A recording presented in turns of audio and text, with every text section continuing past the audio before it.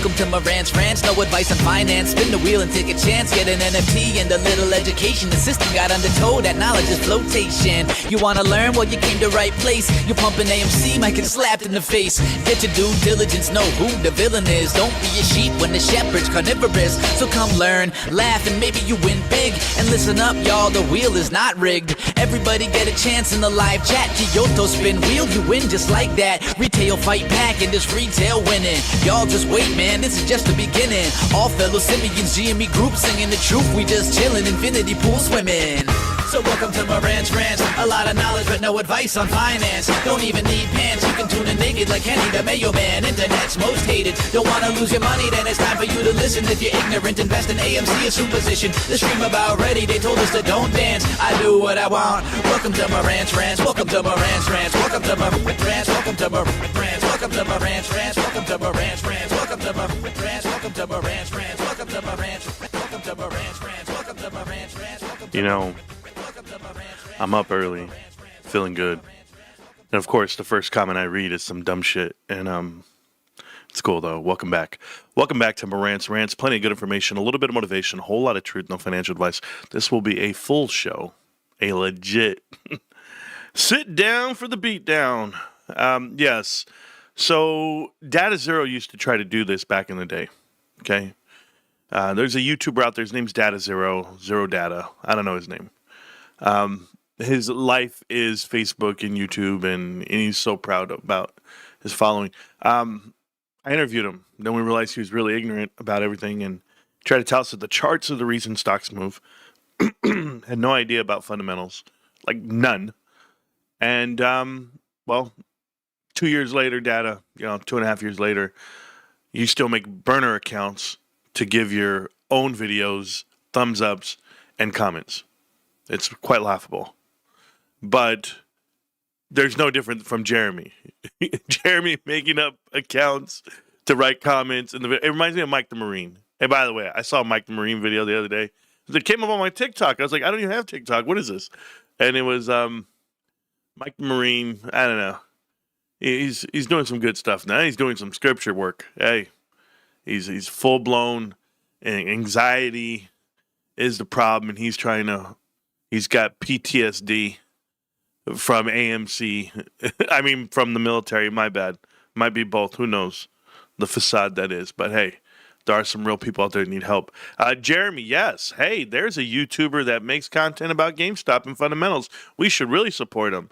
Why don't you ask him? Why don't you ask him why he doesn't support what we do? He called me a couple of choice phrases. Marantz the grifter, Marantz the, what did he call me? A con man? Yeah. I spent more money than that whole kid's position. I'm talking about like on the homeless. I don't know what to tell you. But he doesn't have it, so it's fine. I don't mind. But people know the truth. I promoted his channel for a day. He got monetized that day. He said thank you. And his backward way of thanking me was, well, Marantz, his position doesn't match his energy and or his net worth. You don't know my net worth, kid. You don't know what I'm not worth, what I am worth.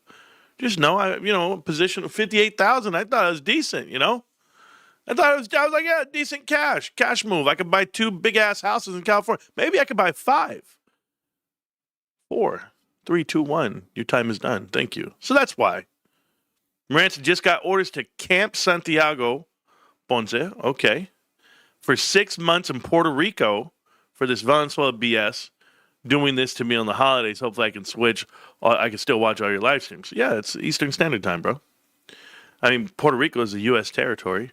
Puerto Rico, just tell him, hey, there's this Puerto Rican named Marantz. He's out here doing videos. Because it's tough, guys. I went to a Renee Vaca comedy show. And I saw the craziest thing I've ever seen at a comedy show. Now, mind you, in his highlight video, I don't know if you guys know who Renee Vaca is. Very funny kid. And I love the show. It was awesome.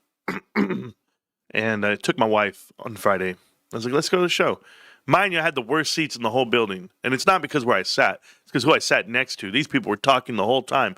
And finally, the security guard walks over and goes, you will have to be quiet. or you will be escorted out.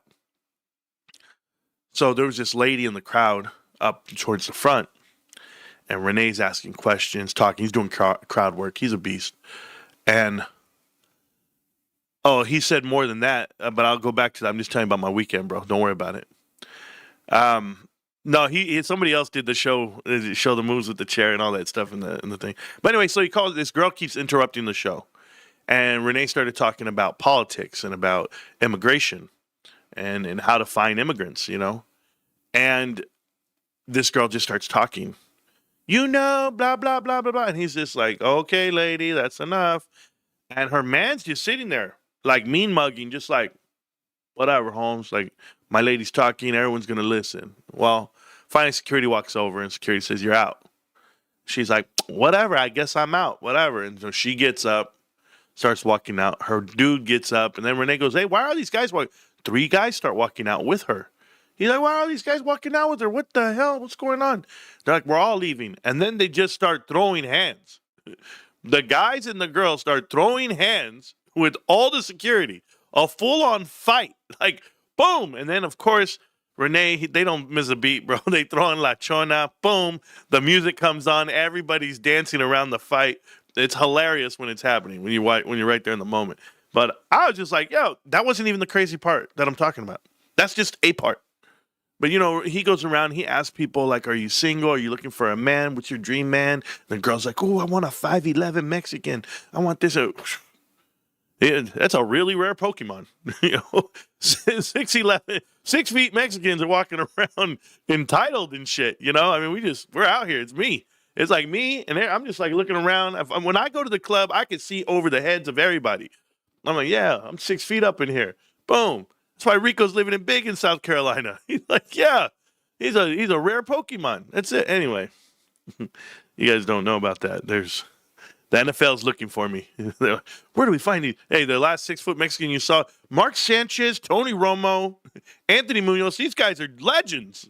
Hall of Famers, awesome. Whatever. Anyway, they're hard to find, but I'm so stupid. Anyway, so the craziest thing that happened at that show, I swear to you guys, it was such a moment that the whole crowd just got quiet. Renee didn't say a word. He was like, what was that? And we all just go, oh, that's criminal. That's criminal. So this girl, she's drunk. He's like, hey, mama, you single? She's like, newly single. And she just started walking to the stage. And we're like, what? She just started walking to the stage. I'm thinking, damn. And then she puts her hand up and she's like, here, give me the mic. Give me the mic. And Renee's like, hey, do you guys want to hear this? And the whole crowd's like, no. He's like, look, mama, nobody wants to hear what you have to say. And she's like, I've got to say something. Give me the mic. And I'm like, whoa, shit. And then she gets the mic. He goes, okay. And he asks the crowd again, do you guys want to hear it or not? And then they're like, okay, whatever, He's like, all right, make it quick. You got 10 seconds. She grabs the microphone. She goes like this. She goes, do you guys know I-10 Toyota? She's talking about the dealership.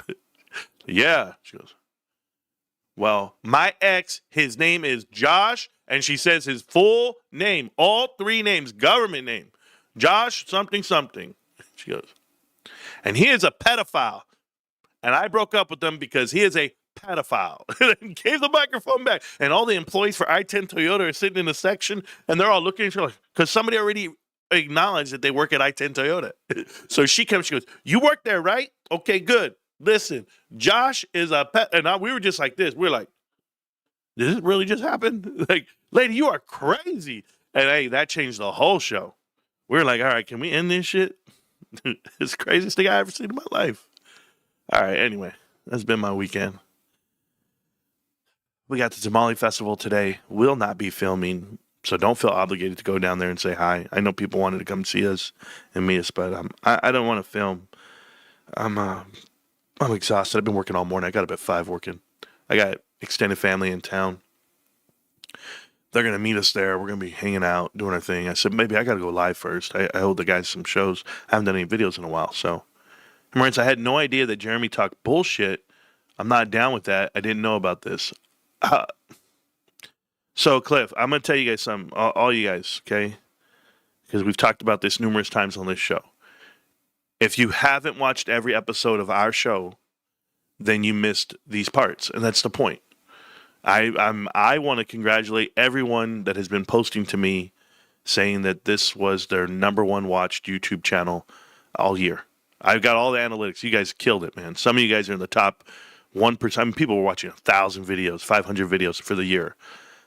But Jeremy's very first live stream is when he came out and said, "Thank you guys so much for getting me monetized. Buy my wallet, buy my this, buy my spreadsheet." Start selling everything. And he goes, "Yeah, Marantz, he's just a con man. Marantz, he's just a grifter.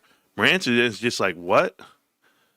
He's like, "Yeah, you guys could watch this channel. We're going to build it better. We're going to raise all this money. We're going to buy GameStop shares with the money I raised from this channel. What's Marantz done for GameStop and the movement, and how much money has he made off of YouTube versus his position and all that shit." All that shit he talked. And I was just like, Jeremy, I went 3 years banning people for super chatting. I went 4 years, 4.5 years playing copyrighted music.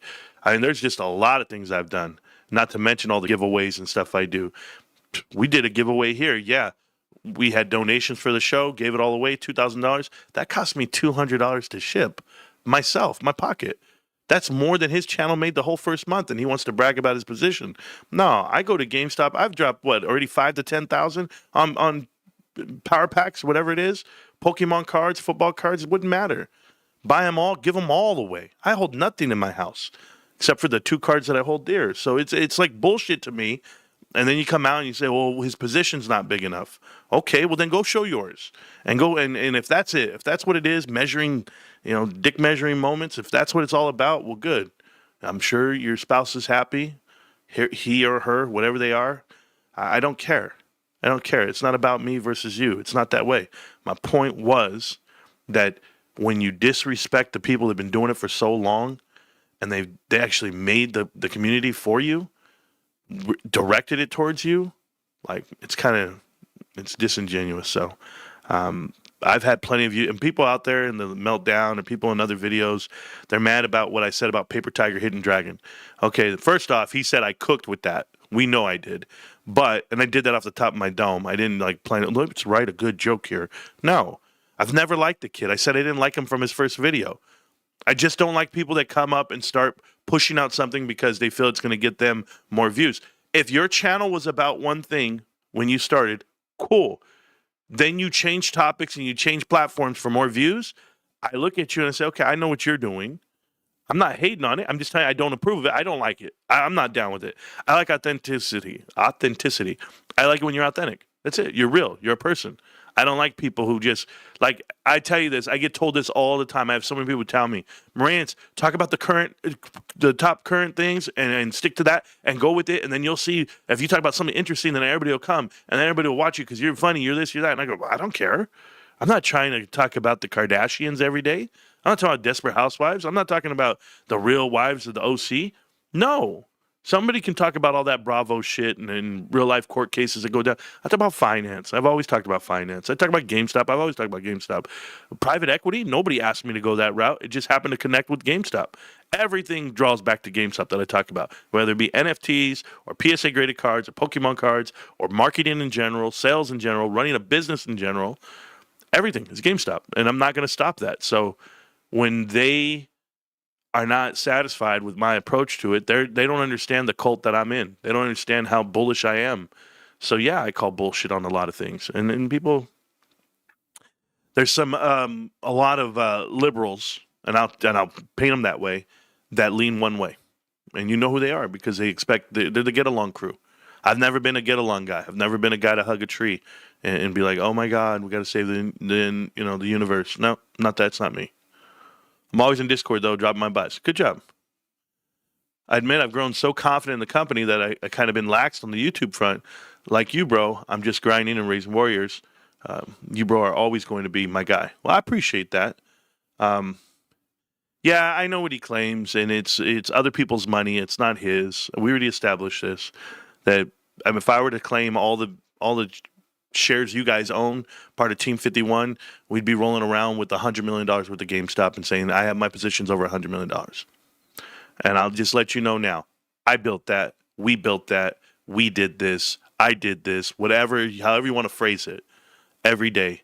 Wake up, go to sleep, rinse, and repeat. Nobody can say that. Nobody. So I'm waiting.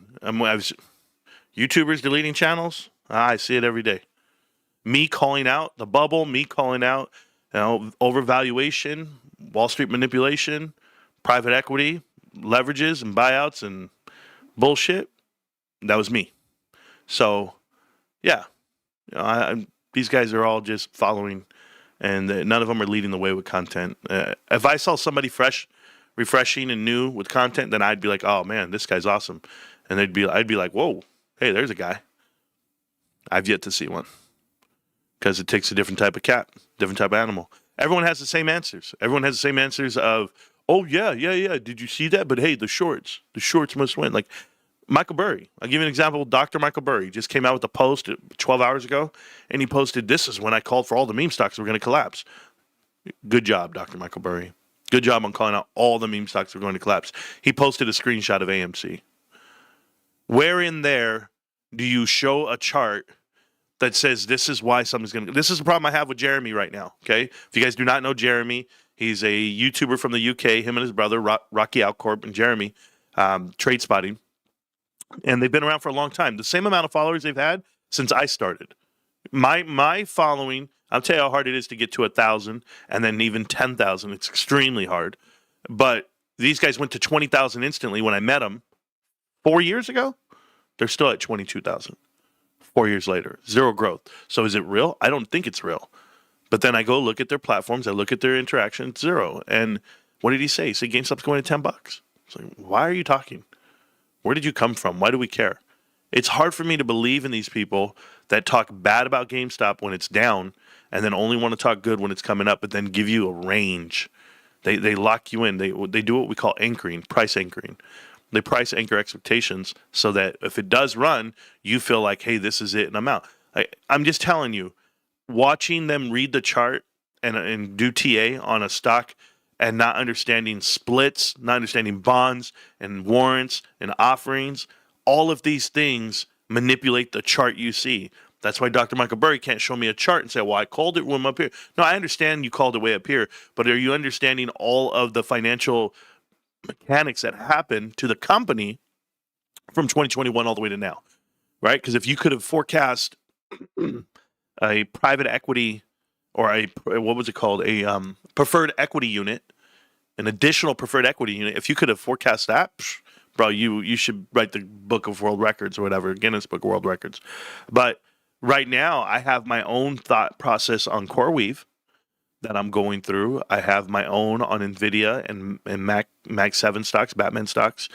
I have my own approach to the whole market right now and why I feel GameStop's the best. So when I'm talking to financial guys, which I happened to do last week, got really lucky because I listen and I answer, and I realized they have all the same talking points of everyone that's been, oh, you can't bet against that. Look at the growth. Look at the valuation. It's going to keep going. This is an engine. Everybody's doing it. So whether it's right or wrong, that doesn't matter in money. Everyone wants to count dollars. They're not understanding. If you're counting dollars and you're understanding that there's a money supply issue, that if all I have to do is generate money supply, that's it. I just have to go tell a bank and I want some money. The bank's going to go tell the Fed that they actually charted this many loans, and then the Fed's going to earmark funds to them versus the money supply. Oh, well, here's your allotment of the money supply. Here you go. And that's it. That's how it works, guys. That's how it works. So these banks can continually report that they have these loans going out and or this funding they're doing. And once they cap it all out, what do you do then? Where are you going to find more money? You got to print more and print more and print more. At what point do we stop printing? Don't care. I don't care. I'm just telling you it's happening and I'm aware of it and I pay attention to it.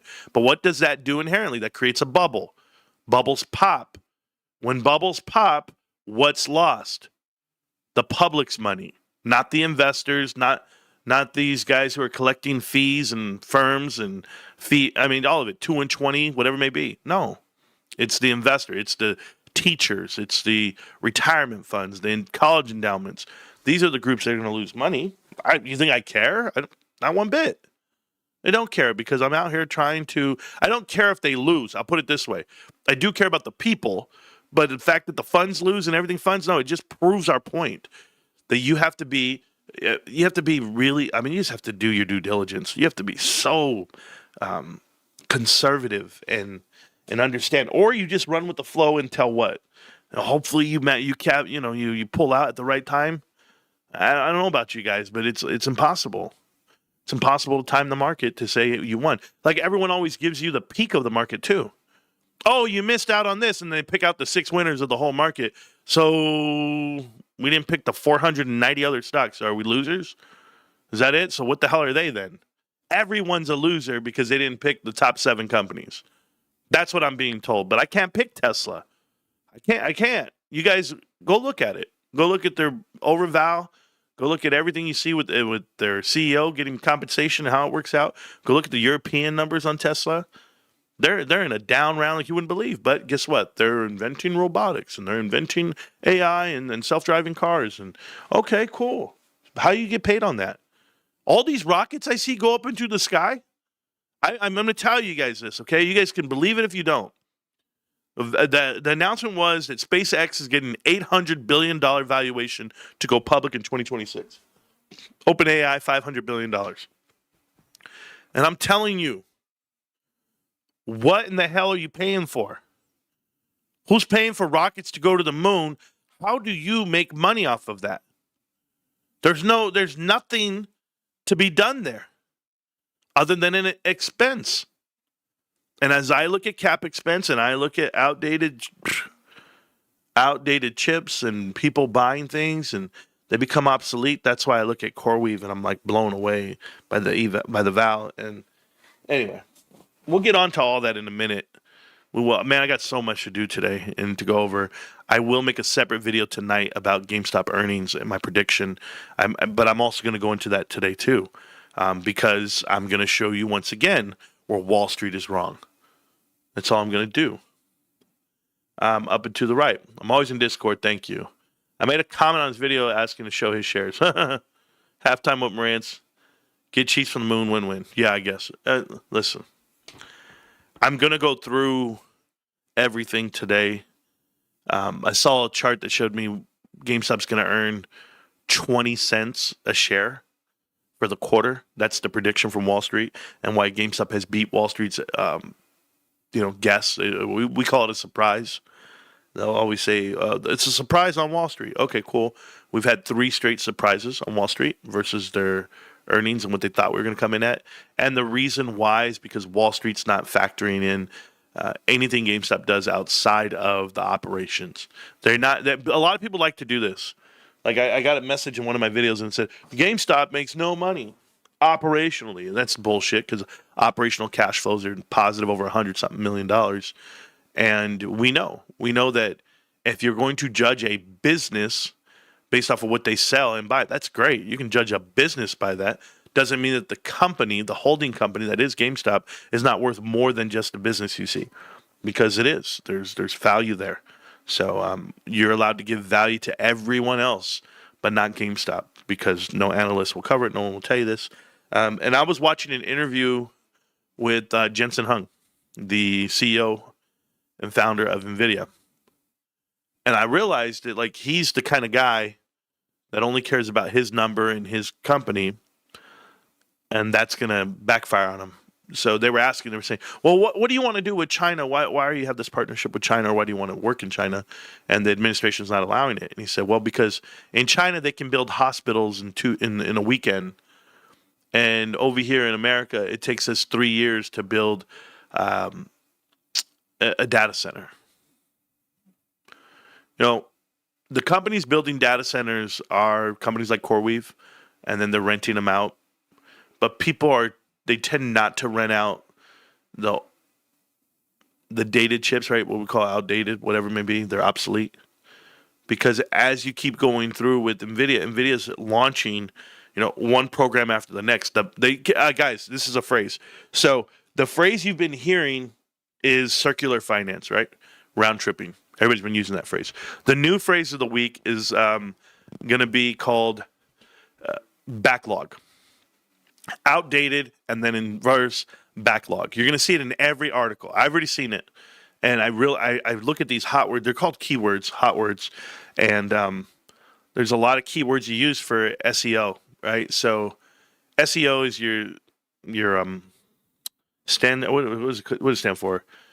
Optimization, standard. Goodness gracious, your optimal engine, your engine optimization. Hello, it's for whenever you're building websites or you have like a any type of landing page. The SEO itself generates how you get your foot traffic. So when your search engine optimization, hello, man. So as you're typing in words, SEO will match to your page and use keywords. And right now, the keywords that correlate with AI are things like, and even in the backlinks, will be things like backlog. It will be revenue. It will be, I mean, there's just so many words you have to use when you're writing these articles. And so when you see somebody say backlog, the idea is that quarter 3 to quarter 4, there is a demand for the chips. And or in this case, they'll say, well, we haven't been paid out on this yet. There's still a backlog. CoreWeave does it. NVIDIA does it. Numerous other AI platforms do this. And as you read through it, AI data centers need to be clear. Well, watch this. I was reading through CoreWeave, and CoreWeave lost $300 million to interest for the quarter, up from $200 million the previous year, same quarter. So they're losing $300 million, and they're on pace to lose over $1 billion every quarter. And they're hemorrhaging money, like it's bleeding out, and it's because the backlog of their data centers that are supposed to be rented out for X amount of dollars, they don't have the power to run them. They're not built. So they've sold a service to someone via commitment. This is ass backwards. And they're only taking the money, and then they're going to go build with that money. Wait a minute. Did you hear that? They're only taking money, prepaid, to go build with that money because they're behind. There's no way of catching up. It's like I told you, I can sell a service for $2 to everybody. The whole world buys it. I can't fulfill those orders because I can't work for the whole world. There's not enough time in my day. Well, in this case, there's not enough power in your day. There's not enough outlets. So it's funny to read it and see it. But when you're selling outdated GPUs and you're selling these accelerators, and then you understand that your partner is funneling this money to you, right? Like NVIDIA does to all of these AI supporters, you would understand why this market's stagnant. You've come to a clipping point, and it's overclocking, as we call it in the gaming world, the GPUs. A lot of people know this stuff because you can make a GPU that's like can give you, I don't even know, 500 frames per second, all the color and everything you can, which is awesome. It means you have a machine that can do some things, but they haven't invented a game. They haven't invented a game that you need all that compute power for. So that's the problem. These guys keep computing and making new chips that are so powerful and strong, nobody has a need for it. You're making your other pieces, they're devalued. Therefore, all the companies that borrowed against them as assets, well, there you go. Right now, you need A&A, you need assets, and you need allocation. I don't know. You need some real cash, and no one has it. Everyone's just floating the same dollar. So it's fun to watch and understand more and more every day as you keep studying it. I know there's some people in here watching the show like, I don't know what the hell he's talking about. You'd be like, yeah, you probably don't. Until you sit back and you realize that companies like CoreWeave and companies like OpenAI, they fake it. They fake demand and they try to be boisterous and they try to get in front of the camera. Like Palantir does the same thing. Everybody. I saw AMC do it. Only one I haven't seen do it is Ryan Cohen. It's been phenomenal for that. But if the demand was so good and you really cared, then you wouldn't have to put a cap on it. You would be ready for the influx. I think that's my biggest thing about business. Like if you didn't know how the linear chart of business goes, then you don't understand why this is so bad for AI. For all of you out there that don't know, like if you're living in a different world than we are, and you have to build your company for production, you have to then build it with administration, employees, and infrastructure. You then have to build the company with a sales team that can afford that production you're doing and selling, and then you'd have to do marketing after. Well, guess what? They did completely backwards. They marketed it first, tried to sell it to the world, saying this is what we are, this is what we can do, this is what our plan is, and then you go through and you realize they don't have enough employees, they don't have infrastructure, they have nothing. They're just a shell of a company with an idea, but they need your money first before they can implement and sell it. It's a failed business model, and it always has been. You can never build out something for orders to come. You have to build it first, then the orders come in, and then you service it. If you don't do it that way, could you imagine running a restaurant and it's massive? It's like 2 acres big with tables everywhere, and all you have is 2 employees. And you go, well, hold on, I got to sell more meals here. And I'm still renting this big property. I'm still paying all this infrastructure costs, but I got to sell these meals here to pay for the next, product I have coming in the room, so I can sell more food. By the time you sell, you sold everybody's plate. The food's cold. They can't eat it. They want something new, fresh. Oh man, we're gonna throw away all this old food and bring in new food. Like it's like that. It's like that. You couldn't imagine running a restaurant where you're only servicing 5 tables at a time, and the other 25 are just sitting over there waiting their turn. They're gonna want a refund, or they're not gonna be so hungry when you finally bring the food. But I mean, that's just how it's gonna go down. You'll see it. It's really gonna happen that way. If you really had a demand, like I'll tell you who I believe in. I believe in a couple of companies and things and products. Like if you're a bag of cookies, okay, I give it to you like this: if you're a bag of cookies and you're resealable, well, then you're not that good. I can reseal it. I'm gonna save it for later. Blah blah blah. No, or maybe the bag's too big. But if I'm gonna buy a bag of cookies, one of those little bag Partridge Farm cookies, whatever, I open it up. It has 8 solid cookies. No reseal, nothing. Just pop that baby open. I'm gonna eat all 8 in one sitting. They're gonna cost me $40 to do it. But I'll tell you what, the demand was there. You created that demand, and it tastes so damn good. That's not happening right now. They're giving me some stale ass crackers. They're giving me some animal crackers. I don't even know. AMC is a burnt cookie. Exactly. Adam Aaron is stepping out, and AMC is finally going to squeeze. No, AMC is never going to squeeze. It's not possible. The dilution is 10 billion shares. That's what the vote is asking for. The vote is asking to double their float all the way to 1 billion shares. And the unfortunate part is that's after a 10-to-1 reverse stock split. That means valuations will be devalued. You say yes to that, you're back being a penny stock, and you're going to have to go to 1.1 billion and do another reverse stock split.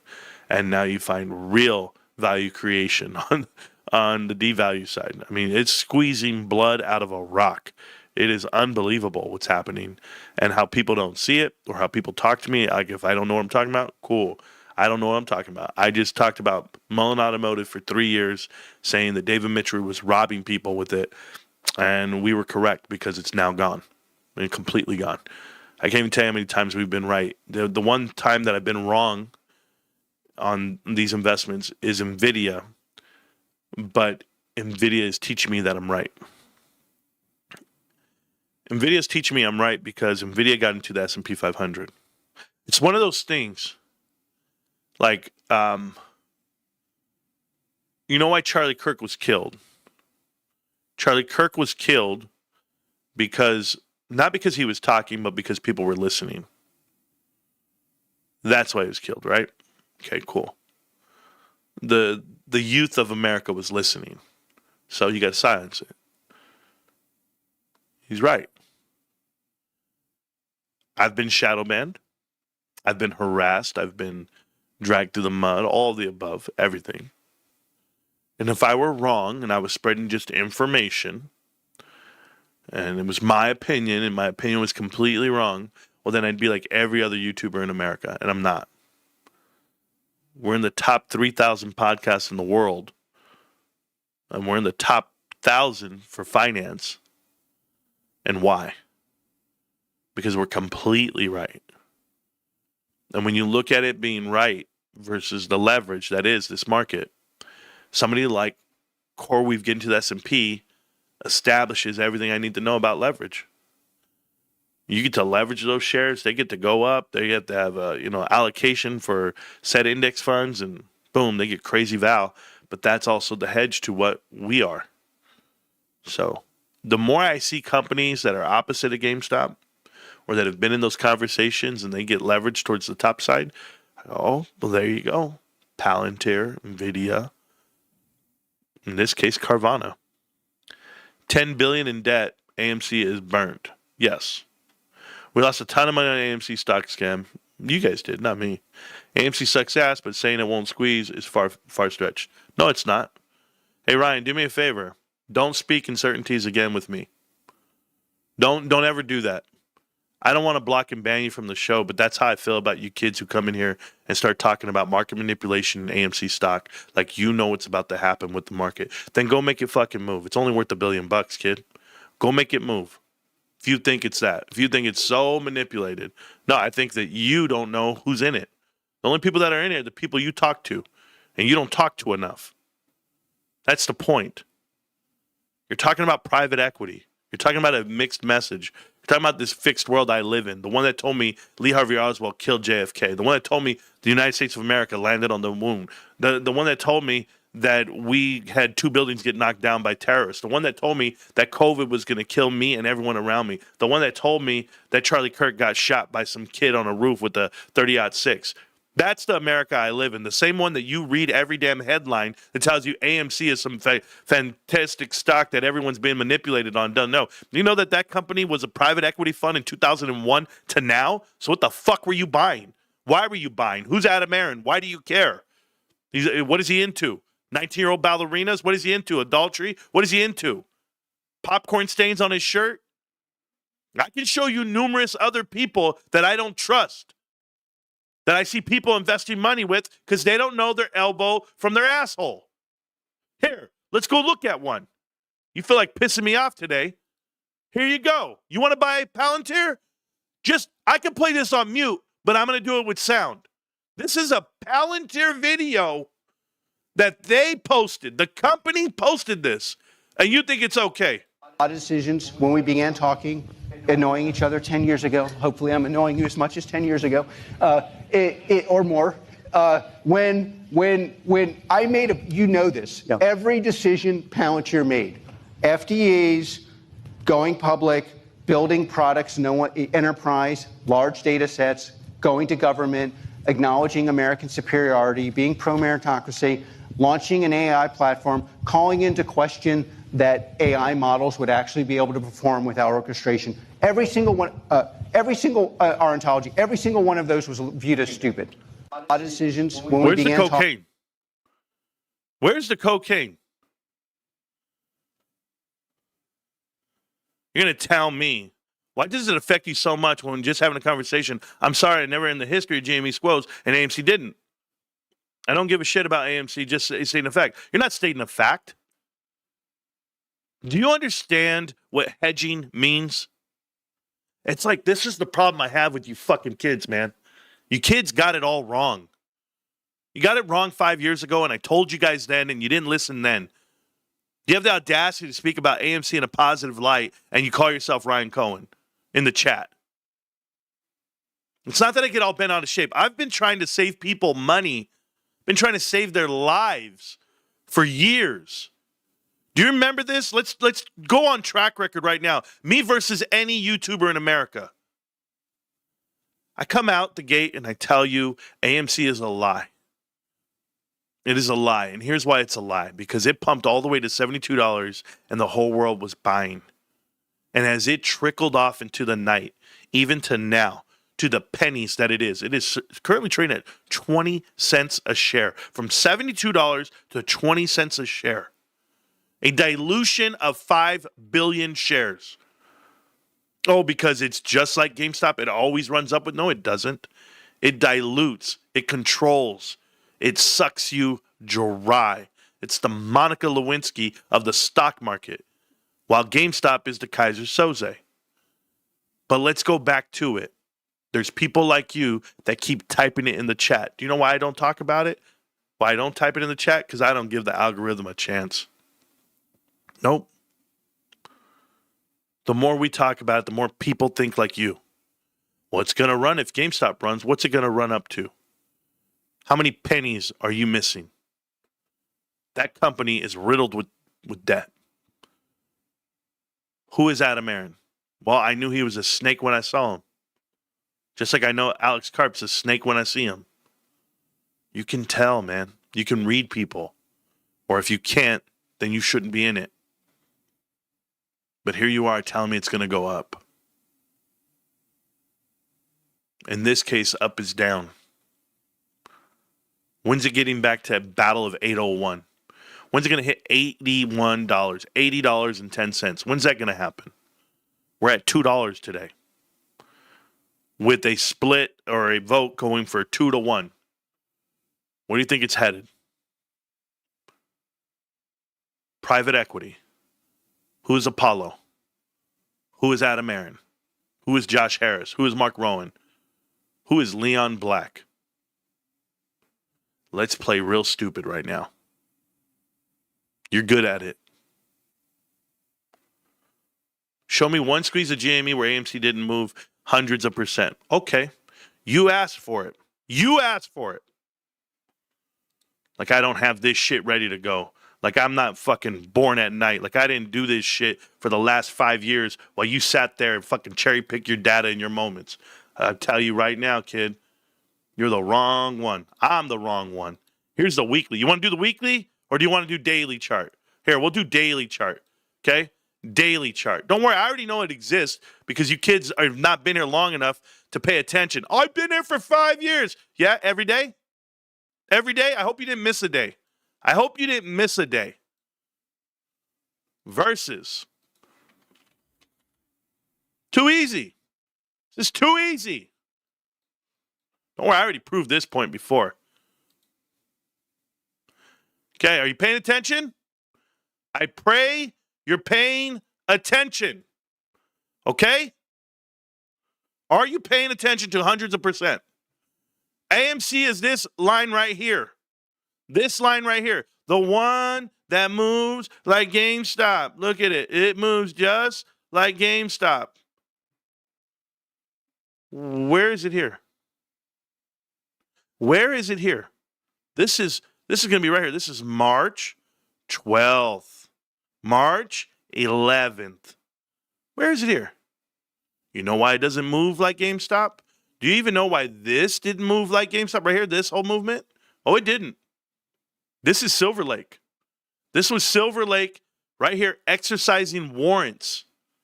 If you knew what happened there. So let's go ahead and go back to, you know what I like about this? That's just one date. Not to mention, hold on. Don't let me just cherry pick my moment. Let's go all the way to it. Something happened. There's something happening here. Right here. What is this? What happened here? What happened in August of 2023? What happened? Why is it gone? Why is the market cap gone? Why are the dollars gone out of this stock? What happened? Why is it flatlined? Flatlined. Oh, there was ape. There was a conversion. There was a reverse stock split. Oh, that's why. Okay, my bad. So let me go do this. I'm so sorry. Let me go back to let me get rid of the verses real quick. Let's get rid of it right here. It's here.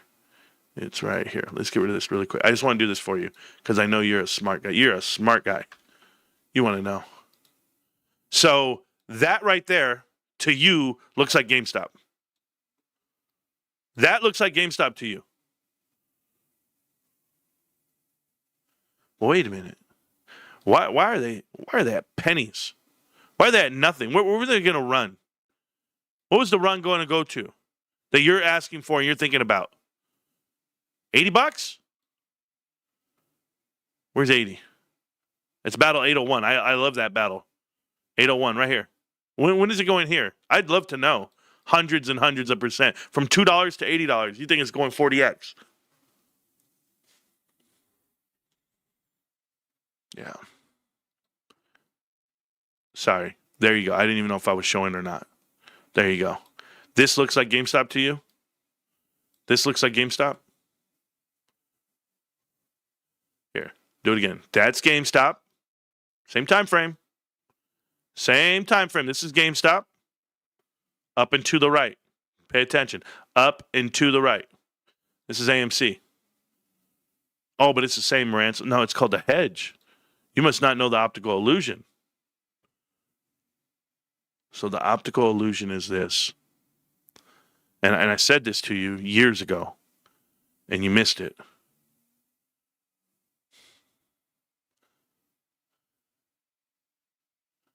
You say I'm wrong? You know what? I'm going to do you a favor. No. I don't think GameStop's going to go 40x. I know it is, but do I think that you have a leg to stand on? You don't, because my vision of GameStop going 40x is based off of fundamentals, because the valuation is not correct. That's me. It trades right now at 2x book.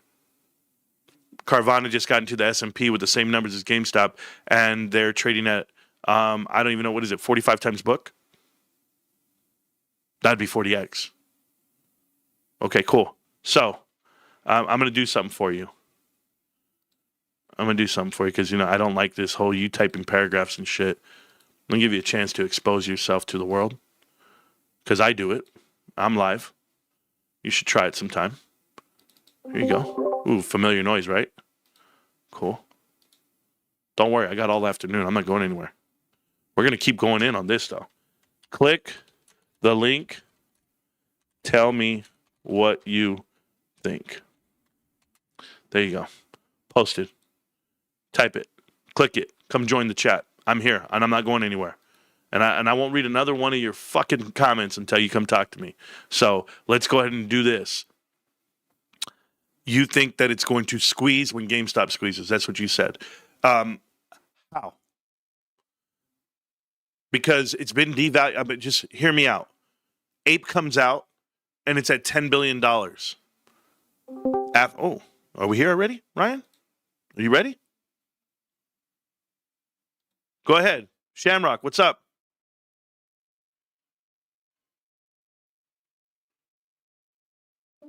No, wasn't you. Okay, cool. Now, I want to make this very clear to you, because you're really oblivious to the world and how this works. The market itself, for it to move like GameStop moves, 1,000% increase, a 10x move on AMC would take it to $10 billion market cap. Where is GameStop today? It's already at $10 billion. So to say they moved the same, when GameStop moves 10x and it goes to $100 billion, oh my God, AMC moved and went to $10 billion. Where are we? We're at the same spot we were just in. Stock's going to be worth what? $20? That was a move. We should have all made it. How? Why? Everybody's buried in that damn thing. Why would you give money to a losing company and a private equity investment? Why would you invest money with Adam Aaron and his relationships with Apollo, who in turn has relationships to you tell me, Jeffrey Epstein. You tell me what's going on there. Here, I'm going to act really dumb right now. What's going on? Tell me. I bet you all I have when GameStop squeezes, AMC will move hundreds of percent, even though it's success. You know it deep down. No. Fuck, dude. You see, I told you. You're cool. You'll need a new place to hang out and go suck ass. Okay? Which I'm sure you'll have time to go do it with anyone who goes live. Remember, when people go live, it's a lot harder than it looks. You're never going to understand this investment. And you don't deserve any money you get out of it. None of it. You actually talk that way, AMC's going to go up. Up is not up. And the best part about leverage for GameStop, and it's the fake people out there that think that they know what this investment is. If you're promoting AMC and you're saying these things, then you're not understanding. If I wanted it to move the same, go ahead. Everyone can finish the sentence because I've said it so many times. If I wanted it to move the same, I would make it move the same. That doesn't blow your mind? That a company that has zero cash, that has no financial backing, that has no way of making it out of the hole, yet they're given the same metrics and movements as GameStop. Why? Oh, they're in the same basket, Marantz. There's no such thing. There's no such thing. AMC gets rated. AMC gets everything that GameStop doesn't get. Do you understand yet? See, if we're going to do equal footing, then let's give equal footing. Let's talk about it. Let's talk about compensation. Let's talk about, I guess, manipulation. That's where you're coming from. But it's the point of the uneducated. Been doing this too long, man. Too long. That's okay. You know, I'll tell you, buy more AMC. You, specifically. Buy more.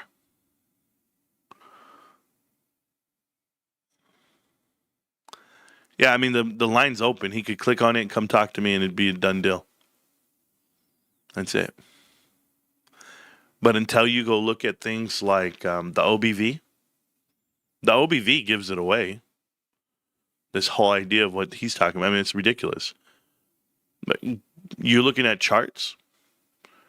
Where on that chart does it show you that AMC is going to have to file for bankruptcy? They can't go bankrupt. Branch, you've been wrong about that for 5 years. Okay.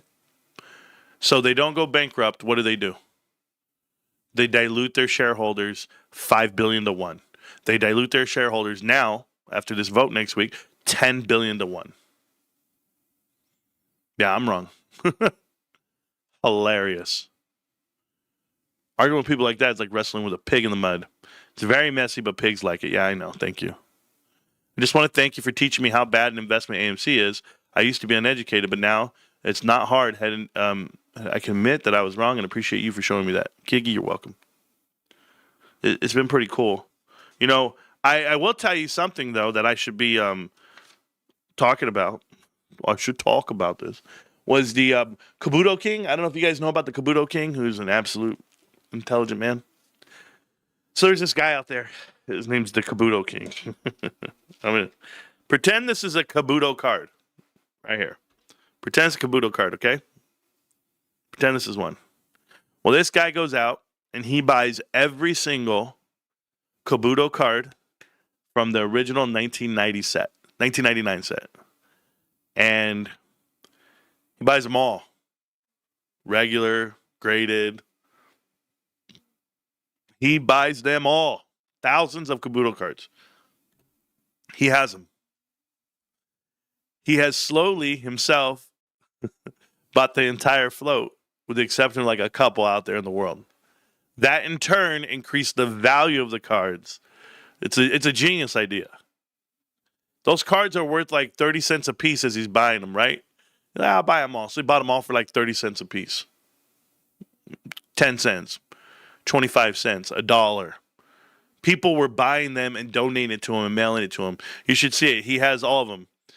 He only has first editions, mind you. Yes, first editions. That's my point. Watch this. So if you guys saw the newest headline, he is auctioning one of his cards for St. Jude's to raise funds.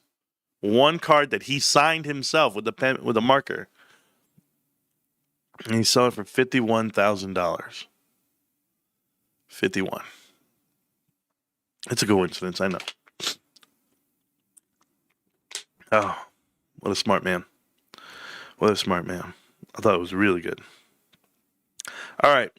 We're going to talk about this Trade Anything Day. Trade Anything Day yesterday at GameStop. What a marketing genius move. I thought it was awesome. Mind you, all the cocaine Alex Carr probably doesn't do.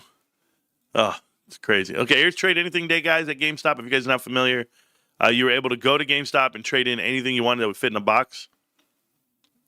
It didn't matter. So they got some people out there to do it, do some videos about it, and trade in. Somebody put a fart in a bottle. Greg, thank you. Bowling ball. Friends, the whole first 10 seasons. That's pretty cool. VHS. I don't know what game that is up there. I don't know what game that is. All the little, I can't see it from here. Somebody would probably know what that is. I don't know. A plastic spoon. A race helmet. I thought that was a pretty damn nice space helmet. What a race helmet. So they're giving value to everything. Campbell's soup, all the food. People were exchanging these products for $5, packs of cards. Even Walmart got in on the deal. Walmart posted, what do I get for this? And it was a round ball. It's pretty big, but how much store credit? It says trade anything in, which is pretty cool.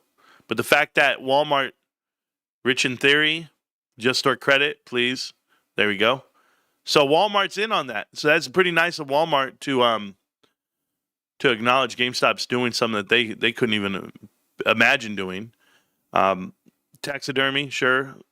All this other stuff, the nice little sword right here, that would be my boy Stacks a lot. Would like to do that. So this is what they were trading in. The a copy of the Independence, whatever. So if that's there, it's cool. I watched that damn movie where they had the real one, I guess, or the fake one, or on the back of it there's a map. I don't know. So the Declaration of Independence is there. Cat. So this is what was happening yesterday. Bird Game, Guitar Hero, and there you go. So trade in anything. I want to talk about it. You guys, some of you guys in the chat talk to me, or we're typing up in the Discord, and we're saying, it's a great marketing ploy, or like how it actually works. And well, one, they all partnered up with the local community or a local charity and donated everything. They didn't need the stuff. The $5 that they're giving, does that take away from the margin? Yes, it does. Is it going to make a break? No. One, you're generating foot traffic. Two, remember that you test your market. So something like this, where it's only advertised on Twitter, and to the GameStop investors and their followers, those are dedicated shoppers, for GameStop. So small market to cater to, but you're able to read it, and then you'll get your RR, right? Your response. So your response rate based off of what you're doing. You'll then generate losses if you had any, which you don't naturally have them, because $5 off of any item eventually will turn into profit over time. This is the CAC, the customer acquisition cost, which would be $0. But at $5 a pop, it's no different than somebody being a pro member, and there's a $5 leverage there. So if GameStop had allotted a certain amount of dollars for discounts and promos or advertising, they could use those dollars in that budget, unused budget, for these dollars. So are you losing it per product? Probably not.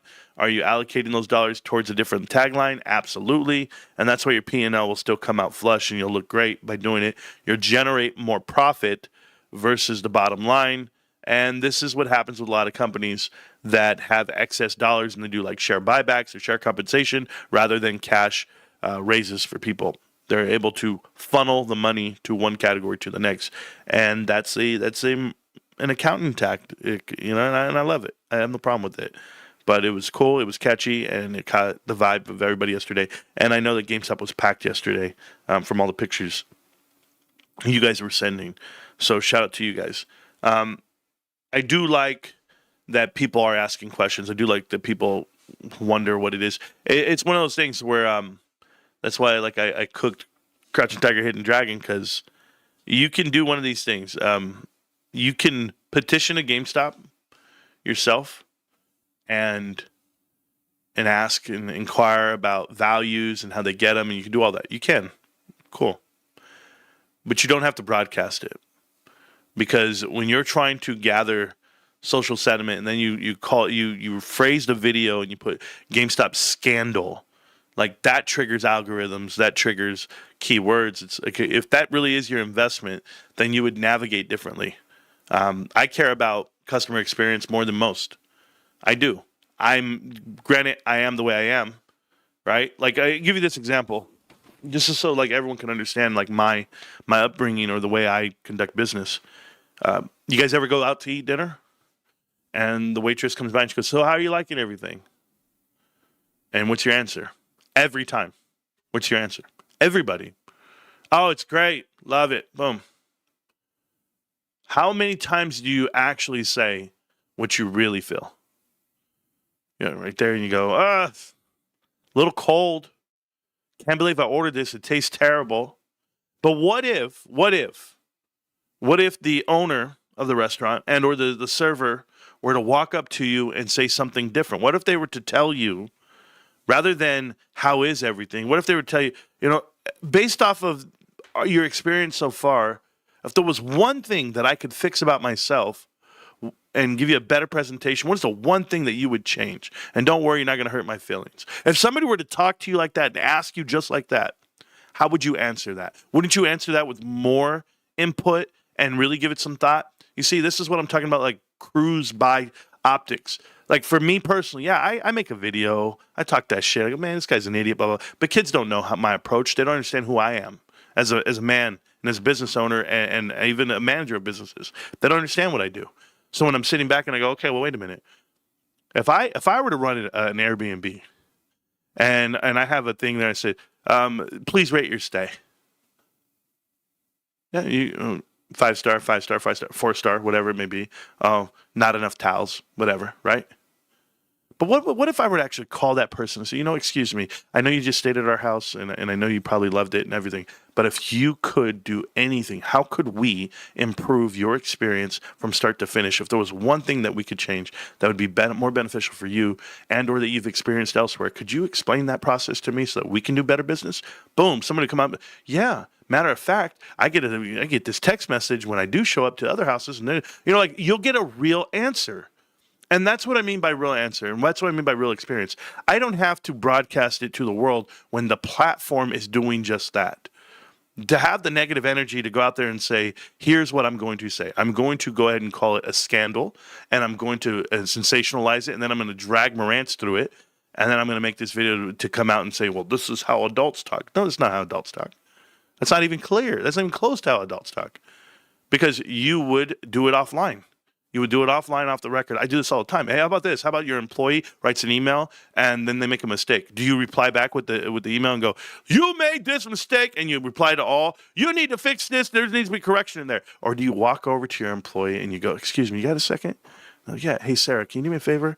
When you sent out that email just like 10 minutes ago, you need to proofread it because I did see one error on there, but go ahead and proofread it, fix this error, and then send it back out. Boom. I just want you to make sure you get the correct info to the whole team. Appreciate you. You see, there's two different ways to do this. And that's what I was trying to convey to you, but I do it in my own brandish way because the truth is I'm not here to be your nice guy. I'm not here to tiptoe for you. That's not the way this works for me. The way this works for me is when I see grifters that go out there and they claim they're supporters of things. I own GameStop shares. I'm just as much as a supporter. Great, Crouching Tiger, Paper Dragon. Where's your GameStop videos? Did I miss them? Or are they just power pack videos for views and clicks and group buys? Is that what we're doing? Yeah, I mean, it's fake. It's fake. And it's not a real full-figured answer what you're looking for. And I will never give you that bait. I don't need to give it to you. I don't need to teach you. This is not business 101. Are you going to pay me to come run your business and run your platform? No. But I know what I'm doing. That's why when viewers of my show watch it, they see my video, they already know the way my mind's working. They're like, that's why Marantz is pissed. Marantz is pissed because you broadcast what you were going to do and why you're going to do it and what your expectation was for the experience. Your guest experience is one thing, you yourself. But, Costco does refunds and you should do refunds, and that's why they're king. That's not why they're king. Now, you know why they're king? It has nothing to do with refunds. That's just a fallacy. That's just your view. That's optics. It has nothing to do with the refund policy. It has everything to do with what's the flat price on this. Only 13%? That's all we do? Yeah, you're paying cost. That's why you're there. That's why it's called Cost Co, not Refund Co. There's a big difference, man. But it's education. Education for people that are not as educated as they think they are. The whole crew. The whole YouTube universe, watching videos, making comments and videos, and people talk, you're a broke bum. You're a broke bum doing dishes. I'm like, yeah, okay. You see how long it takes to do my dishes? Because I don't own 4 plates and 4 forks. Okay? Like, there's a lot of optics to it. But hey, that's just enough of that. I'll keep going. I can do Education 101. These kids aren't ready. Anyway. They weren't VHS, I guarantee it. I had them all and look up the entire shelf. Oh, yeah, Target ball. That's a ball from Target. Oh, cool. We got 2 Funko Pops from GameStop free yesterday. Oh, that's cool. Danny G, good job. Giving $5, people that impulse buy for 40. Genius move. Hey, Marantz, do you have an estimate in Power Packs as a whole for this quarter? We're going to go over that, Michael, a little bit later in the video of this show. I'll be going over GameStop's quarter 3, where I'm going to be. As far as now that I have some info from Wall Street posted their expectations and their guesstimations. So, someone give this video a hug. You first. What up, doggy dog? You know how we go on in the float. Hey, Dishes with Marantz is one of the best parts of this channel. What's your favorite? Who is your favorite wrestler of all time? Favorite wrestler of all time? Well, there's like 3 different phases to that. But my favorite wrestler of all time when I was growing up was the Ultimate Warrior. I do like as a tag team, it was the Rockers. And in the new stuff, now that I'm older and I can appreciate the Undertaker, when I was younger, I was scared of him. That, Paul Bearer and the Undertaker music was just the scariest shit of my lifetime growing up. I heard the funniest story ever. and it will make a comedy show one day, but like I told you guys, things have happened to me. Things have happened to me twice in my life that I was like really spooked out. One was when I was young and we called the 1-800 for the WWF wrestlers, and it was Ultimate Warrior answered the phone, and it was like, you have just called the Ultimate Warrior, or have you just called the Undertaker? It was the Undertaker. You've just called the Undertaker. And we were like scared as shit, or Zeus, scared of Zeus and his one-eyed little tiny, his name was Tiny. But, so anyway, that scared me, right? The second time I got scared in life was the first time I watched the movie Scream. First Scream was actually scary when I was in high school. Like I was like, yo, this is crazy. Because they were killing people in the movie and we're watching it and it was getting dark. And we had cordless phones, like a cordless phone, just like the movie. Right? We had a cordless phone. So when the call came in, it was a staticky call. It wasn't a good connection. And I was like, hello? And he goes, he's like, hey. And I go, who's this? He's like, this is your father. And it was so broken up and it sounded so scary. This is your father. And I was like, what the hell? And I hung up because what happens in the movie Scream? They call you, you answer the phone. What's your favorite scary movie? I'm in the house right now. I was nervous the whole time until my dad called back and said, you ever hang up on me again? I'll beat the shit. I said, Pops, hold on. I'm watching a scary movie, bro. I'm scared. It was Scream. So that scared me, right? Then I heard this shit from my in-laws. They were talking about sneaking out of the house over the weekend, and it's the scariest thing that ever happened to them. And apparently, my tia got out at night, and she stood out all night. And so she's coming back, and in the window, there's a fan in the window, and that's how like you get in. But the door was locked, so she went to the fan, and she's talking to the window, and she tells my Theo Ruben, she goes, Ruben, open the door. But because the fan's on, it's coming through the fan. And it's like, Ruben, open the door. And he goes, no, demon, go away. Because he's asleep. No, demon, go away. And then the demon goes, Ruben, open the fucking door. Like that, but it was, with the fan, if you ever talk to a fan, and Ruben was scared out of his mind at that point. He's like, the demon's after me. No, it was really his sister trying to get into the house late at night. I thought that was hilarious because I started thinking about it, started envisioning it. But anyway, I don't know what the hell I was talking about there, but that was funny to me. There you go. That crossed my mind. Thank you. Shawn Michaels, Ricky Martel, Legion of Doom were boss. Oh, yeah, I was talking about the scary wrestlers. Yeah, so those two were scary to me. For the most part, and that's just how my life worked. So it was the Undertaker, I love the Ultimate Warrior, and then the Rockers. Yeah, that was me, bro. So thank you for the random question. Appreciate you. 2 million net profit Tuesday. 200 million net profit. We'll come out with the number right now. When The Big Short 2 comes out, who would you like to play you in the movie? Who would I like to play me in the movie of The Big Short 2? I'll go with our boy. What's his name? The dude from The Mummy? Brendan Fraser. Brendan Fraser. Yeah, I'll take Brendan Fraser to play me. Because he's going to be right there telling everybody. But you guys keep investing money into the wrong companies. They're all going bankrupt. Those are all going bankrupt. What the hell? And then, they really do go bankrupt, and then people are looking around. They're like, what's going on? So, like, I'll tell you what happened. So, there's this thing that's going on with Puma, right? Thank you for that. More handsome than Brendan Fraser. Wow, okay. So, there's this thing going on with Puma, and Puma's getting, knocked out in China and all this other stuff. And there's a trend that's been going on. I didn't notice Puma shoes in Costco for years. I saw other brands, but then I started seeing Puma like big. So I started buying them. I got them for cheap. But same thing happened with Beyond Meat. I didn't notice Beyond Meat in Costco until recent. And then they went big. But when you go look at those numbers for those companies, they're absolute trash. So I realized Costco's the leverage. Costco can go in there and leverage you out. And there's nothing you can do about it. So it might be a reason why Costco didn't sell Nikes or any other brand names that are doing well. They're taking the bottom of it. Don't be trying to hit on Marantz unless you have a custom pillow, custom pillowcases like I do. Yeah. That's actually a perfect pick. Oh, my boy? Yeah. Trove, what's going on, babe? Denzel? No. You shorts ain't got nothing on me. Shoe program. Y'all have you up in Pelican Bay. All the stock fraud you guys be doing. King Kong ain't got. Yeah, no, I mean, yeah, I agree. Hulk, I've got the book, bro. Yeah, he does have the book. I'm 20% completely done with the book. And listen, it's going to go rapid because I'm going to find a day where I get to go crazy on it. It's just things keep coming up every damn weekend. Like I got to do a PowerPoint presentation for work later on tonight. I've got to go to the Tamale Festival with all my family. I got to do that. But at some point, I'm going to sit down and find like 2 hours to myself.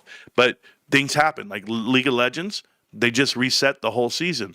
So I got a whole new season of TFT to play. And I learned the new set. I already feel good about it. Now I'm in it every second of the day. I love it. Does the book smell like Avon? I need the book. I know, man. I know you do. Now, some of you guys got your packages. Shout out to Jesus, Burton, High Rider, and Double A. So those are the guys who won over our giveaway last week. And I know for a fact some of them already got the package. So be on the lookout for your package. In your package, you will find stickers, like all these stickers for the show, all the stickers. You'll also find stickers. You'll find a copy of the first edition of our book called Connect the Dots right there. So I gave you a first edition copy. And there's a lot of errors in it. It's not mapped out, formatted the right way I want it. But it's the bulk of it's there. The juice is there. So enjoy it. And then I also gave GameStop t-shirts in the packages. So there are some GameStop t-shirts. And I think even Anthony, I sent you and AJ your cards. And I want to say I sent you stickers and a book as well. So there you go. Give a big happy birthday to my son, Truett. Today he turns 3. He's a massive GameStop holder, current millionaire. There you go, bro. Congratulations to Truett, the real GameStop investor. Day 1, Team 1. You know what it is, Team 51. Appreciate you, Big Mike. You guys know who he is. Been a follower for the show for a long time. Been around for a minute. And happy birthday to Truett, a real Team 51 member. Does the book come signed? Those ones didn't. I was in a rush. I had some stuff going on. Traditionally, no Hulk Hogan. There might be some that we give away that we do sign, and or if you ever meet me, and I'll sign them for you. Any chance I can get a first edition and final edition. Roaring Titties, I'm working on everything. I am. I have about 10 people that are slotted to get the first edition book mailed to them, and they know who they are. They're Team 51 members that are part of the show that have a membership with Team 51, so they get a free book. I just have to work that out this holiday season right now. I've just been so busy, inundated with task from the new job to the new platform that we're doing, the new design we're doing for the studio. I got my design idea from my boy Ruben. Ruben redid his garage floors. If you guys did not see it, it's in our own private chat, but it looks pretty good. But we'll keep going over more stuff. I have more stuff to talk about with you guys. I was saying this though about, like, just to finish off my thoughts on the Roaring Tiger, Paper Dragon, that guy, whatever his name is, Paper Tiger, Hidden Dragon. That's what I called him. But here's the thing.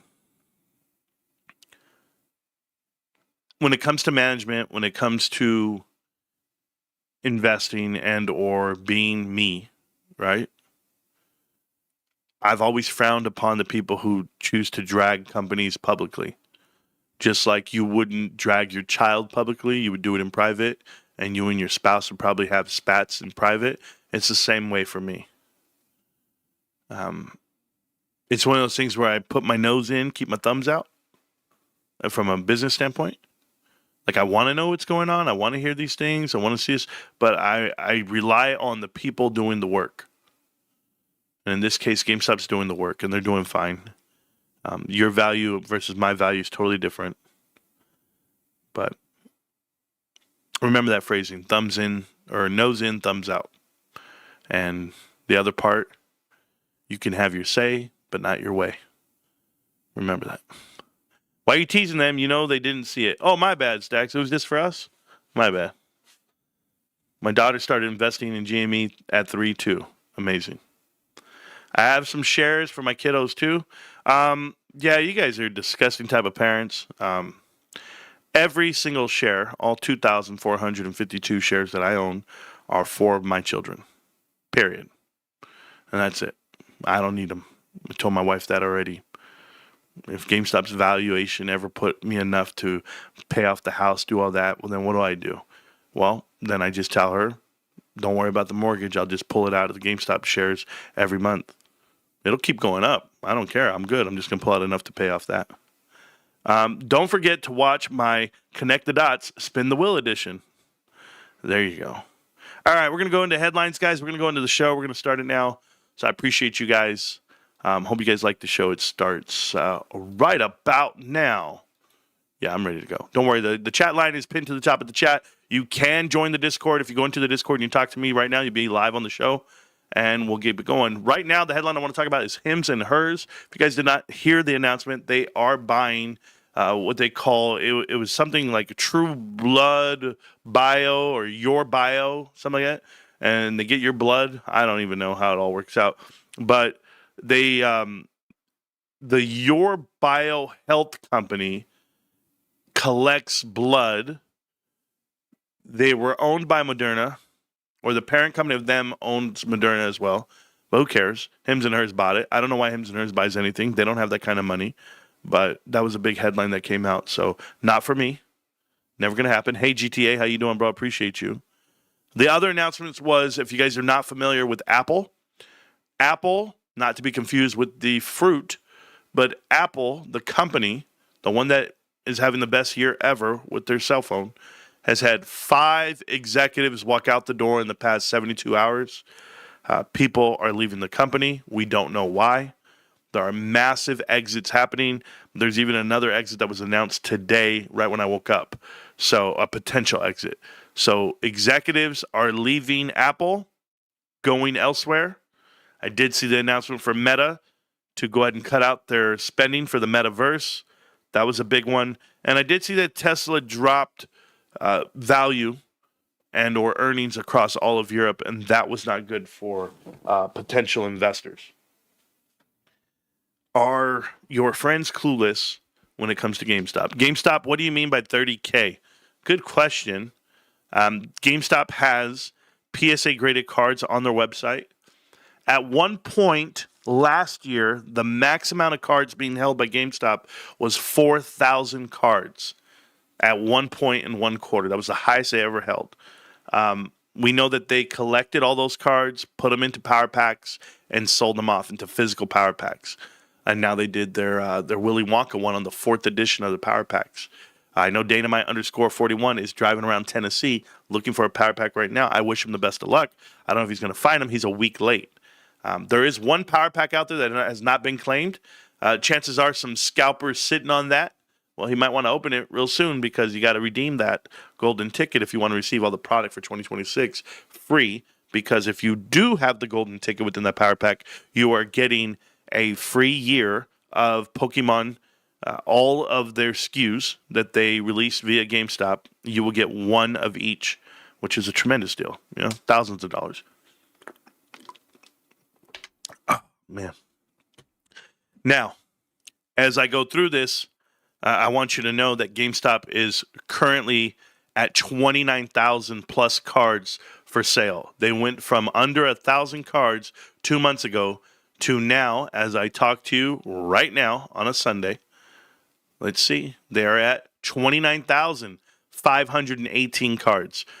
You know that they were hiring for a person to be in charge of this category.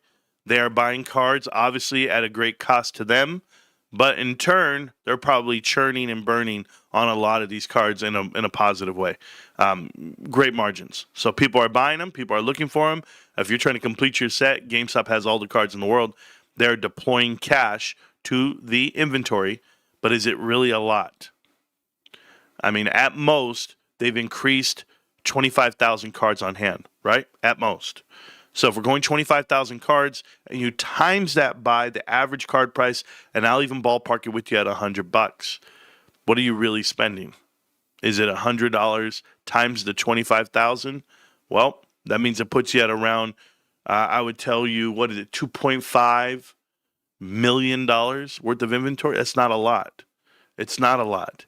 You can churn through it, you can get through it, but it keeps moving. That's all I can tell you. It keeps moving. So shout out to GameStop and that number of 2,000 or 29,000 and some change. But I know they're buying a lot more cards than 25,000. Like, they're buying a lot of cards. So almost 30,000 they're going to break.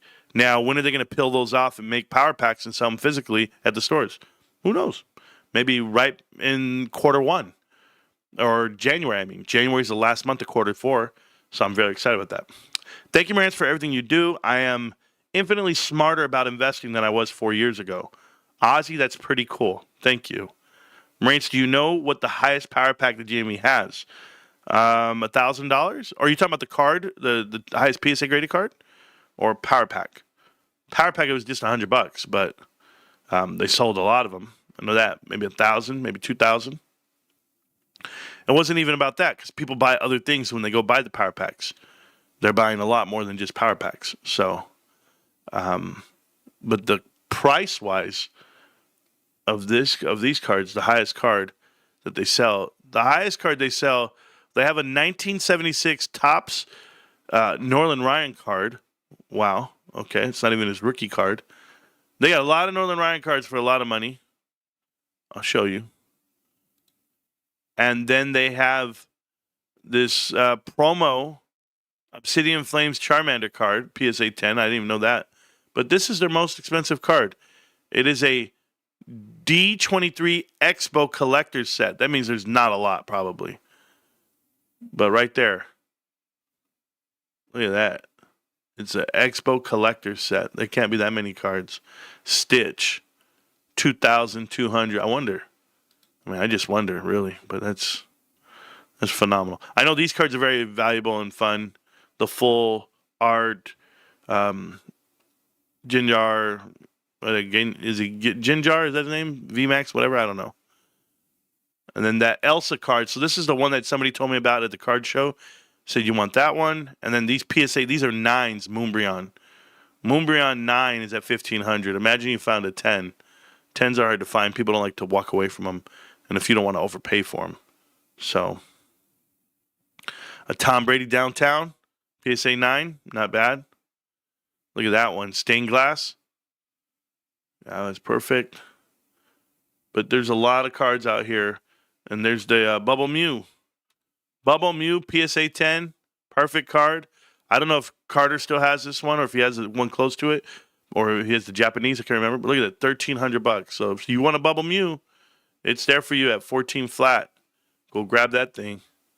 Look at this bad boy. Alakazam, EX, Fates Collide, Secret Print. Yeah, I don't even know. That's just crazy, huh? PSA 10, perfect card, $1,700. So yeah, a lot of expensive cards in here. Good ones people want to buy. Good for them. Me personally, I like buying packs because I give all the bulk to the kids and good cards. I get to grade them myself. But yeah, if you didn't want to go search for them, they're here. They're just waiting on you. You just go grab them. Look at this. This is awesome. Look at that monkey ball, the monkey Luffy card, whatever. This is the one from Dodger Night, One Piece Night at Dodger Stadium. People were buying the cards raw for $50 a piece from people, and or $100. Here, give me $100. Give me $100. Give me $100. Imagine how many they got, and then they go get them graded, and then the money's right for the card. That's what you got to think about. Like, people knew what they were doing. These guys are criminals, bro. And then the last card I want to look at is right here. This is Destined Rivals set. Oh, look at that. There's the gray felt hat one. Everyone has that too. A lot of people have that. PSA 10s. Look at that. They got 6 of them. So if you want one, go grab one. Look at this. PSA 9. That PSA 9. Look at these guys. They're ready to go. But right here. This is going to be from Destined Rivals. You can get this card, PSA 10. It's the real deal. The whole thing, $1,000. That's good value. That's what people want.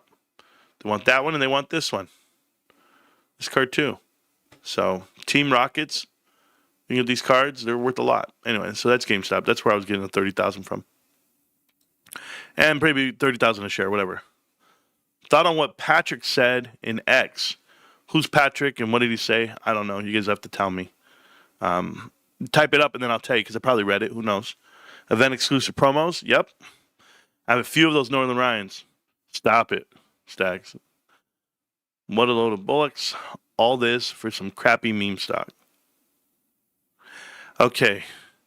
UV77MC85. The chat is open, UV. Like, you can go click the link right at the top of the chat, and you can join the chat.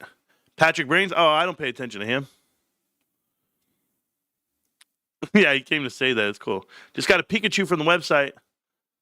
Lots of great deals. Get it there, guys. Yep, Juan, appreciate that. Patrick, I don't know. Didn't he marry a spy? I'm not very well versed in Patrick's world. I don't follow him. But I'm sure he married a spy, a Russian spy. Not a Russian ballerina, but a spy. So somebody has to tell me. All right, we're going to go back to my headlines, back to the stories and everything I got going on here. I'm pretty sure. Let me see. Where was that message at? Oh, because I cans at that Pokemon thing. Let me see what he wrote. Guys, from Team 51 here, we have a lucky winner for the card of Growlithe given to you from me, Officer Jenny. So he won a card, Team 51. So because I can is at the new Pokemon convention thing they're doing downtown LA, and he agreed to drive back out here for the Tamale Festival where I'm at. I told him, no, just stay out there. He's good. But Guys, from Team 51 here, we have a lucky winner for the card of Growlithe given to you from me, Officer Jenny. So there you go. Team 51 won a card. Good job. He's out there representing, making videos. Good for you there, because I can. Always been a huge supporter of me and the show. So I'm very, very appreciative. This kid with 1.7 million followers. Yeah, it's hard to believe some of these guys with the amount of followers they have, because then they post a video and it doesn't get 1.7 million views. And I'm like, okay, maybe you got 1/3. I did see the video about the banks collapsing in Europe and it's going to happen in time. I'm a believer in that too, just because I know what's happening to these markets and how bad it really is. And so we'll go on from there. What the F is a bullocks? Yeah, bullocks, Muppet, yeah. Look what you said, just more bullocks. Like, well, bullocks. Bro, I've been around for a minute. I don't know what the hell who this guy is or what he's saying. I'm going to have to go check him out. John. Your name is John Kilrush. John, what do you have to say, John? I just want to know, what is on your mind? What videos do you plan on making? You're a piano player? What are you doing in here, John? From the look of the picture, you're not even from here. You're from the UK. I knew it. I knew it. Hey, are you John Diamond? Is that who you are? I know so many Johns. Is it Bullocks? Oh, man, he's English. There you go. I would give you the card for the giveaway. Oh, thank you so much for that, sir. We'll be giving them away. Look what you just said. More Bullocks. Yeah. Bullocks. I made a comment, so what? It ain't the end of the world. Hey, John Diamond, shut up, bro. Just shut up, bro. We're done with you, okay? We've been done with you for years. Anyway, this guy, it's like he's fit to count, bro. I count with these guys. You find them. All right, we're going to go talk Carvana.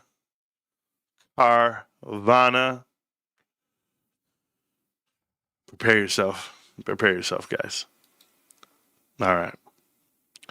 So these are stats of things to come. One, I think Carvana is going to be like a lot of the S&P 500 companies that get inclusion. I think they're going to fail. My opinion. That's fine. Right here, Carvana is trading at $39 increased from $3.99 all the way to $4.99 or $4.39. I apologize. If you look at their yearly chart, for Carvana to be at the peak of their value, and then they get into the S&P 500, I mean, that should tell you how bad it is to buy at these levels. Now, I made a video when they were down here at the very bottom. They were down here at the bottom, and I made a video, and I said it's an investment that I would not make, that I will not make and I will not support because I knew private equity runs this company. So it's out of my own math, due diligence, which was true at the time, but they have skewed the numbers to valuations that I don't think are possible. Additionally, the company has seen their balance sheet get scrubbed and clean, which I don't think is real as well. Here's why I don't think it's real as well. I think it's inflated numbers. I've read a numerous amount of reports, whether it be Hindenburg Research or my own Connect the Dots videos on this company and their owners, Ernie Garcia the second and the third. So the fraudulent practices I've seen within that company and the outcome of it. And then I know who's invested private equity-wise, whether it be Apollo, Pemco, or Cerberus Capital. That has been my issue with Carvana. Anyway, yeah. Oh, no, you gave him a timeout? That's all you gave him was a timeout? Oh, he's hidden. Oh, good job. You banned him for life on the show. Good job, Stacks. See, I knew I was right when I made you a mod years ago. Oh, years and years ago. Good job. All right, so Carvana, and let's go to GameStop. Okay. So I want you to compare the two, guys. I want you to see it for yourself. GameStop has minimal volume at 5 million shares. We know that it's minimal volume. This is their chart for the last 5 years. This is Carvana's chart for the last 5 years. GameStop has no price discovery and no curve to the positive, while Carvana has had a complete rip to the upside. From $4, it was $4 right there, January 3rd, 2023. So 3 years is all it took to go from $4 to $400, 100x increase. GameStop in those same said 3 years, which is January, they have gone right here, same date, boom, from the low of right there. It was 16, from $16 to 23. Practically no move. Okay. Their volume at GameStop is very minimal, 5 million shares on a float of 400 million shares. So very small float move, considering all the shares that are locked up and people that are not really selling. Carvana has even less volume, yet way more price discovery, like true price discovery stuff that you can't even imagine. And the 1 year that you've seen traded, they've gone from down here at this bottom of 148. Right here, 148 was the bottom of that day, or Is it over here? No, it was that day too. All the way up to where you see it today. They are trading at PE ratio of 90, but that's off this number here of 400, not this number here. To get this number here at 440, you would take $600 million, and how many times it takes to get to 40 per share.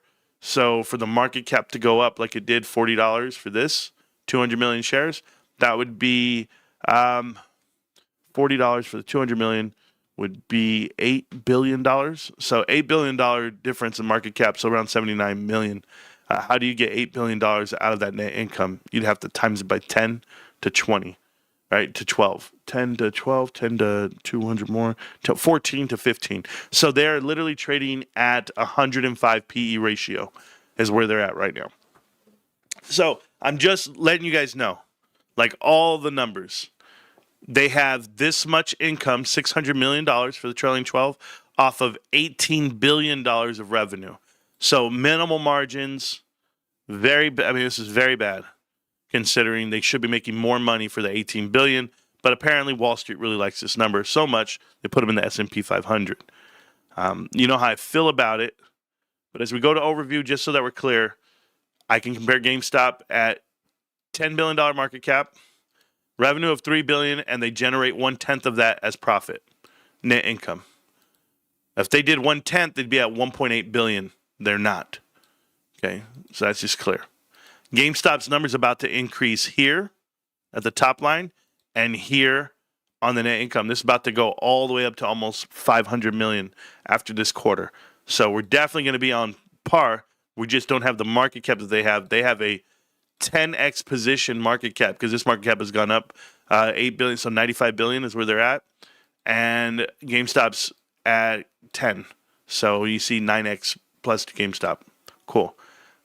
P ratio 90, which should be 105 right now, versus GameStop that is at 30 with a forward P ratio of 26. They're still not even there, thinking they're going to make profits, but I doubt that too. I'll just leave it alone. So let's go finances. So financials here, GameStop compared to them. Go to quarterly. We go to income statement first. Now, GameStop's still doing well. These guys, obviously, they have a huge number that they're at. 5 billion, 4 billion, 4 billion, 3 billion. Those are massive numbers. Cost of revenue, gross profit, we got you.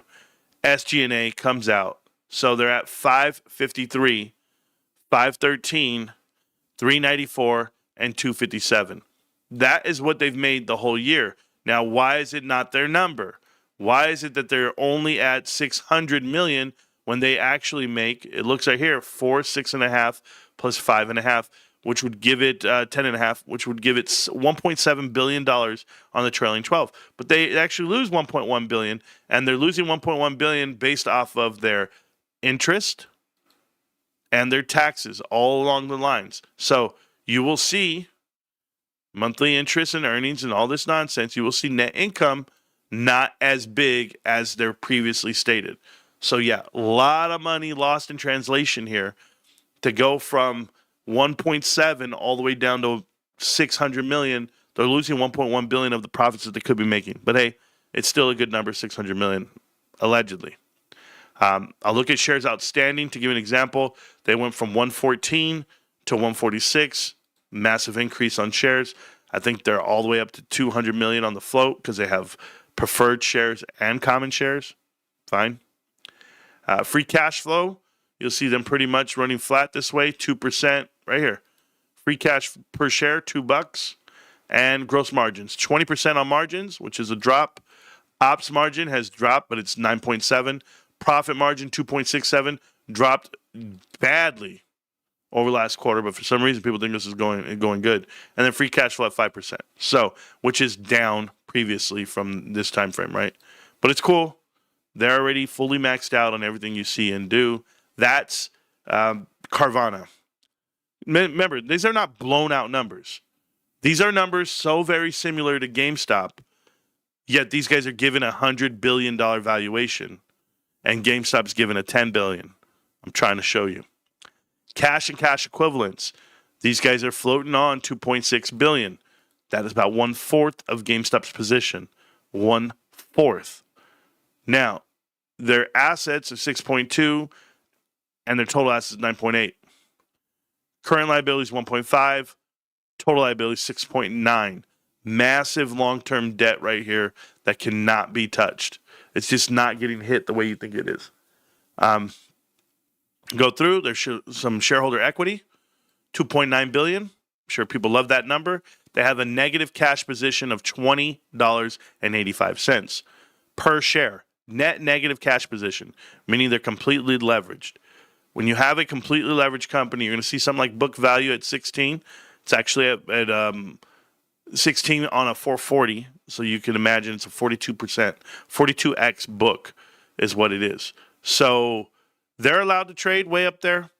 Their cash flow is one thing. I'll go to ratios next, just so you can see it on a real-time frame right here. P ratio of 90. We all know that's going up to 100. They're extremely overvalued. You wouldn't buy it at these prices. I'm just telling you now. Price to sales is at 2.9. Yeah, for it to increase, kind of crazy. Price to book is 24. So 24x times book. The highest valuation since it was grossly overvalued way over here in Q2 and Q3. So tremendous multiples. I see it there, but they're trading a free cash ratio of 160. That's even higher considering the new number of 440. Same thing with their operating cash flow is there. So as you come down, you will then see their return on equity and investments. Everything's in the multiples that look like they're great. The issue that you're having is that cannot be sustained based off of you not having enough cash and or profit to keep paying interest the way you do. The numbers won't rest on it. And I tell you this because your free cash yield is below 1% on earnings yield. Not very good. Not very good. For a $1 billion company that's getting into the S&P, not amazing. Let's go to GameStop really quick just so we're clear. GameStop looks operationally to be curing the number. The cure is Q3. The profit side is 24.8. I think that's coming off. I think we're not going to have a negative number anymore. But we will have a positive on ops. When you go ahead and bring in the cash and the massive cash position GameStop has, they then look like they made 17, 131, 44.8, and 168. Adjusted EBITDA, I'll give this an additional like about $50 to $60 million.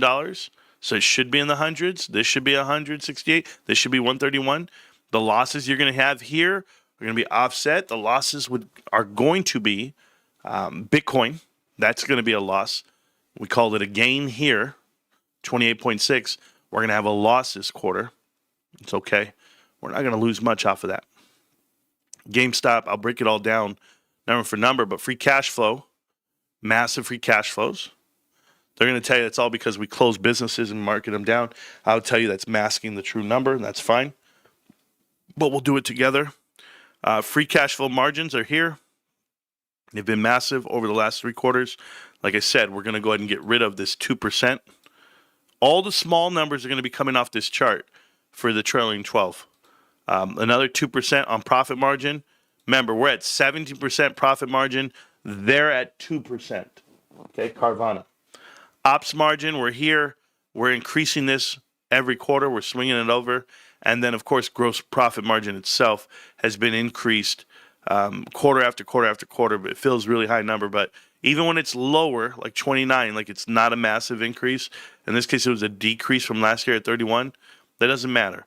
This number is massive considering the growth. And there's an EPS growth. There's a revenue growth, an income growth. There's growth for everything there off of that number, so we're fine. It's going to be hard for Carvana to make more money moving forward. Just that's the way I see it. All right, so ratios. GameStop currently trading. P ratios well below 30. We're fine. Price to sales ratio 2, still low. Price to book. We're only trading at less than 2x book. I already told you guys that. That's impossible for what it is in this market. They should be giving you value. Your free cash flow and your operating cash flow, we're at 20, and 21. That's crazy, bros. But, nobody believes it. Return on equity, because we have not deployed our cash, we're in the single digits. Once we deploy cash, once we do our thing, you'll see some crazy numbers here. But until then, operationally, you're going to see all this. You're going to see free cash flow yield and earnings yield that are triple to 3 times to 4 times bigger than Carvana. That's what happens. These numbers go up.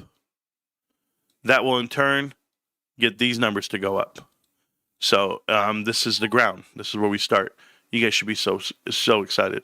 Carvana shouldn't be in the same conversation with GameStop, considering all the metrics I just showed you, but people still give it value. Dark Pole Movement, nobody cares about that. Love this show. Thank you, Daniel. Exactly. It's not the end of the world, but it's the end of your 15 minutes. Hope you enjoyed it. Oh, without a doubt, bro. Yeah. Oh, yeah, that guy's gone. Not worried about that. Okay, so anyway, Carvana should not be in the S&P. Got in there, and that's because they're using it as a hedge to GameStop, but I'm not here to try to fix the world. I'm here to do what we can do. I just want to see if I need anything else from this little sheet. Oh, you know what? I had this thing on here about, you guys remember Tiffany? She made a video about private equity, and she had it all ass backwards, but it was cool. I let her because, what am I going to do? And then she said, let's do an interview. And I said, okay, we can do one. And then what happens? She goes and does all these in-studio interviews and nonsense. I partnered up with Ian Carroll and all this. I'm like, go get out of here. I don't have time for you. Now she's complaining about private equity and the way they leverage the criminal justice system, that they're charging prisoners more money to make phone calls and call home, and it deals with reform, and it's a hindrance to the communities and the single parent environment and the judges and the courts and the law and blah blah blah. And so because we charge criminals more money to make a phone call, okay, that's a weird line to draw. Weird line to draw. Like, it's hard for me to understand it because I come from the world of investigations, and whenever I see like a pedophile or an abuser of children and women, whatever it may be, it doesn't matter. I'll feel a certain way about them. And I wouldn't care that they have to pay more money to call their families. If you lose your right to do that, then you lost your right. I'm not tripping. All right. Anyway, the poor take, Tiffany. That was the point. Poor take. All right. Next topic's going to be Netflix. Now, I know the headline came out on Netflix. I don't know if you guys saw it. Netflix came out with a headline saying that they were buying Warner Brothers, and that deal needs to be struck down by the what is it called? Antitrust measures. But this is private equity. Carving out assets and selling them off to Netflix. It's a way that Warner Brothers, Discover, and HBO, the way they can carve out some of these assets that are valuable and people make money off the deals.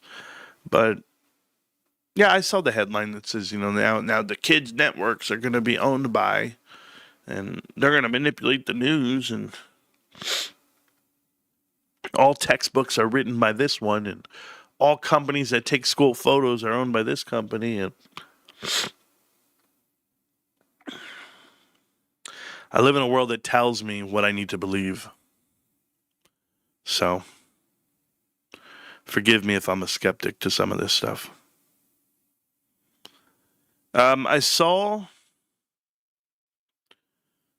SoFi offering shares. They did a stock offering. Now, I'm pretty sure that stock offering is not going to be filled in a day. I think this was Thursday or Friday they put in this offering, but SoFi is one that I'm not getting invested with. I'm sorry. I'm not going to touch. But they're doing an offering for $1.5 billion.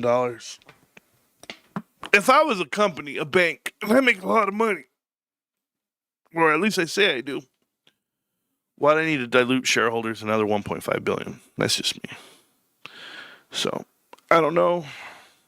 I don't know if it's true, but I saw the administration was posting something that they're going to bar the Asian markets from buying AI chips for 30 months.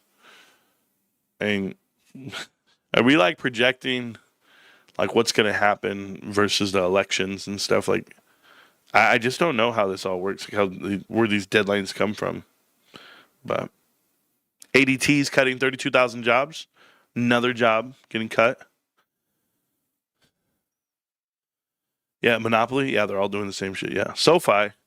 How old is Uncle Bagel? I'm assuming he's trying to pump in GME options ahead of earnings as usual. Yeah, GameStop last year, this same date, right now, it was $29. Now it's $22, $23. So it's down from that point. But we're going up.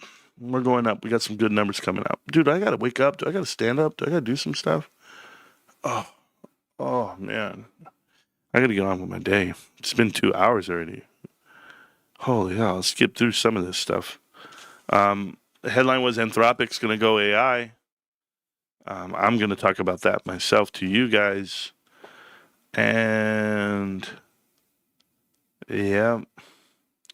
What was this one? See, I can't read my little shorthand. It says trade anything. I did that one. Social media shoppers. We did that one. You're testing the market and the newness. That's all marketing, just so you know. Marketing always try to test the newness of things, not the same old things. That's not what marketing's done for. Meta's cutting budget. I talked about that already. World Cup goes to 48 teams from 32. Good for you. Doesn't matter. The same 10 teams will be at the top. Okay, cool. Almo gave me this one. The Kalshi, is that what it's called? Kalshi? The betting website is going to be predicting the news. And the news is going to sponsor the news, this damn thing. So, do you understand? There's a website out there that you can place a bet on events that are going to happen. And you can place bets on news. Well, CNBC and CNN all partnered up with Kalshi, whatever it's called. And they're going to allow you to bet on these stories. What could go wrong? These are like prop bets, guys. Like in the sports, why prop bets go wrong. And I'm not a big fan of that. Russia did ban Snapchat. Which is cool. They already banned Facebook. They already banned... It was Meta, Snapchat, and Instagram, Tesla, Twitter. They banned everything. So, news betting, yeah.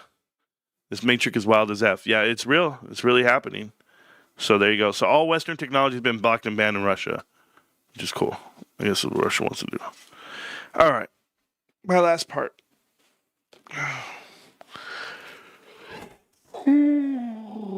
Oh, man. Dude, I'm getting old, bros. I've been sitting here for so long, I'm turning into a mushroom. Appreciate you guys loving the show and hanging out with me and learning about investments in the markets and what we have coming to us. It's not my last part. I gotta talk with GameStop. Hello. That'll probably wake me up right now. I need some sugar in my life. Hey, baby, give me some sugar. Come give me some sugar. You ever been in the South? And they call you sunshine, beautiful, butterfly. I don't know. Hey, baby. Hey, sugar. You ever talk to people in the South and you're like the idiot? And you'll say something else. You know what they say to like, instead of calling you dumb? In the South, they don't call you names. You know what they say in the South? Tony De Niro will tell you this part. Tony De Niro, he's going to be like, oh, yeah, that's what they say. They'll be like, bless your heart. That means you're a completely idiot. I need a Coke right now? Probably, Michael. But you and I are going to talk right now, Michael, because you asked a question earlier, and I'm ready to give it to you, considering you're on the side of the show. So, GameStop, let's talk earnings. Earnings.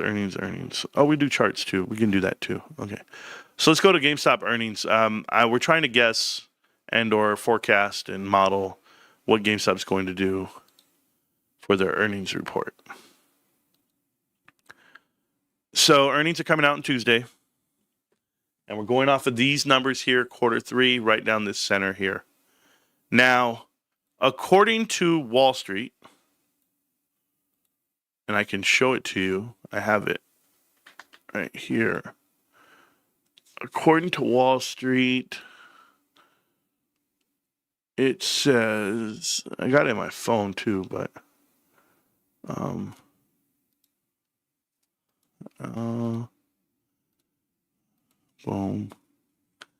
That's the $5 a store credit. What's the master plan? I already saw that. No, where'd it go? It was a story and it said GameStop's going to X amount of dollars. Where's it at? I'm going to find it right now. I have it in my phone. Let's post it. I know I have it because I was reading it when Jay sent it to me. So he sent me. That GameStop needs a share count. Just give me a second, guys. I know you're no rush. You're fine. No, the Genius Act. No. What's the master plan? No. I want to say you sent me all these screenshots, Jay. Because I was reading it and then you were sending them to me at the same time. And I was like, dude, I just read that. Anyway, it said GameStop's going to be 20 cents a share. And they're coming in at 800. Maybe you sent it to me again. 890. It's going to be $890 million, maybe something like that. I don't know. Hold on. I'll tell you right now. I know you sent me screenshots this morning, but I don't know if I have them. 20 cents. There we go. Expected reports of 20 cents. Analysts expect GameStop to report 20 cents per share for the third quarter. There it is. It's right here. So it says it right here. Substack, nope. Where'd you do it? Right here. So right there. So it says for revenue in only 2.5. See, where's the first part of that? Oh, I'm missing the first part. Oh, right there. There it is. So analysts expect the company to report a third quarter revenue of $987. Let me write this down. So $987.3 revenue. That's what they anticipate. So who cares what number they got from or where they got it from? Versus the 860. So it means 117 or 127. I apologize. $127.3 million of increase on rev. Then they say GameStop's going to go up to 20 cents a share. So right there, it says there's the revenue there. But yeah, I read it. 20 cents a share. Not bad.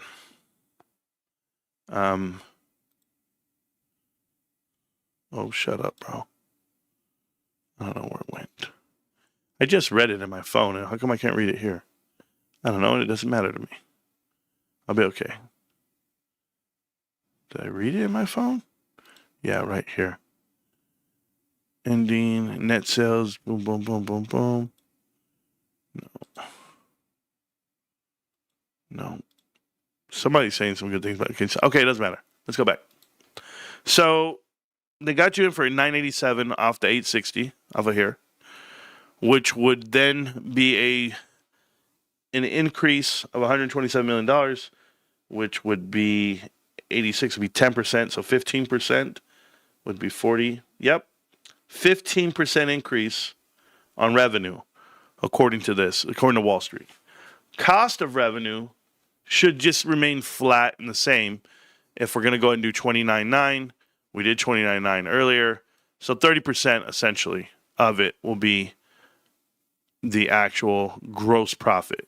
So gross profit should come in at 30% of 987.3. Cool. So I'm going to go over there and do it. 987.3 times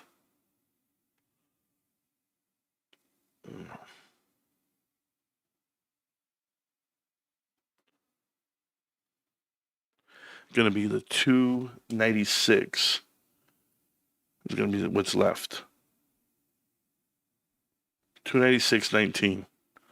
So that's if GameStop gets 30%. Could they get less than? They could. but I think they're going to be up there because of the power packs. But let's just say it's 30%. I'm good with that number. I don't care. So they come in at the 987 that you said. They're going to generate $296 million. So you're going to get 296 right here. Okay? I'll make it 295 just to err on the side of being lower. But if you subtract the 257 on gross profit, that's going to be an increase. $28, is that what it is? 38 million. 38 million.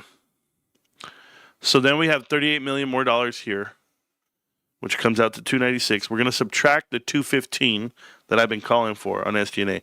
Now, could it be more than because it's quarter 3 and we do a lot more sales and whatever it may be, right? Like there's some increase there because of the holidays. Traditionally, that's where we do the extra hiring. We've had more SG&A. So I'm thinking worst case scenario, it could be flat. It could be I would say 228 level, like the increase to 230. It could be. I'll just take 230. It's fine. So 230 off of 295 gives you $55 million ops. So I think this number is going to say 55 million. So that would be a swing of 60 million plus another 20, $80 million swing when it's going to say 55 million is a swing of 80 million. Got that. You're going to get an additional on your 55. You're going to get an additional 25 right there. So $25 million plus the 55, and that's going to be $90 million for this quarter. Now, we can factor in losing Bitcoin, which, okay, that might happen. We have this asset write-down that's going to be different than the Bitcoin loss, so that might be able to peel it off and be the difference. We don't know, but it's close. But either way, you're looking at $90 million versus the 117 gain that they had before. So I want to see if that's right. 55 million. Yeah. Because it's more than that, though, but still. So I'm not even going to take the 17. I'm not going to worry about the 17. I'm just going to say they're going to be at $90 million for the quarter, which is going to then in turn be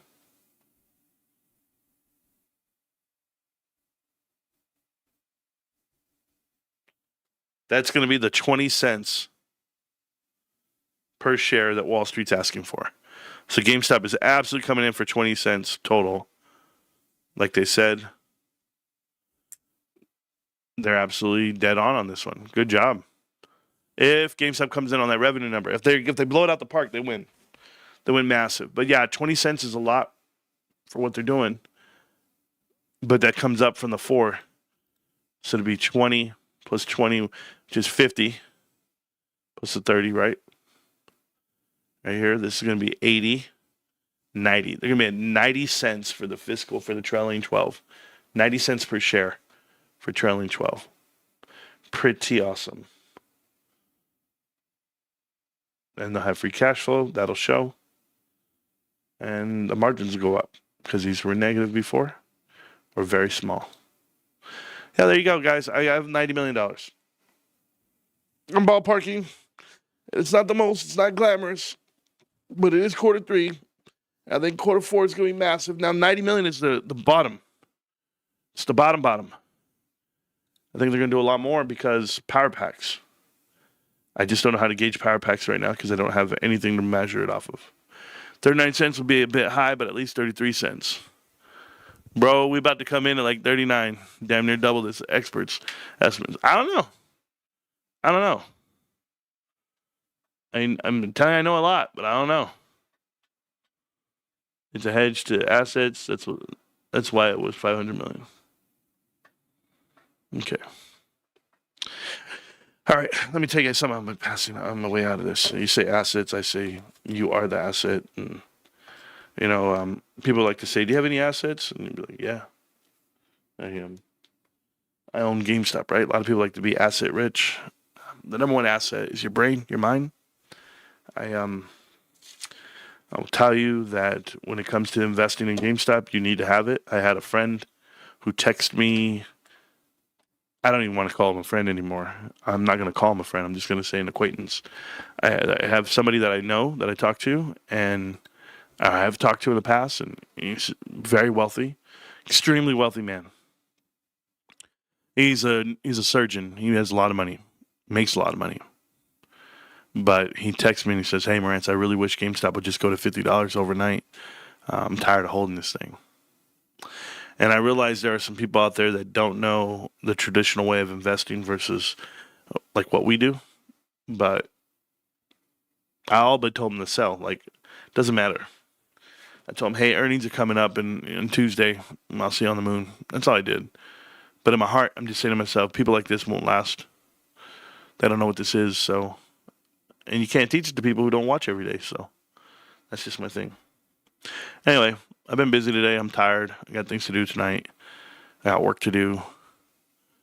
I'm looking at $90 million for the quarter. Positive. Still a big number. Still puts us well out in front. About $450 million for the trailing 12. That would be lowest case scenario. Best case scenario, $500 million. But we'll see. We'll see how good power packs are, and we'll see if everything works out for GameStop. Because we don't know. We don't know until the report comes out. So appreciate you guys. I'm going to try to stay awake. I'm going to try to figure out my stuff. But I love you guys so much. I'll see you guys soon. And don't forget, we're going to make it. Each and every single one of us are going to make it. Keep going.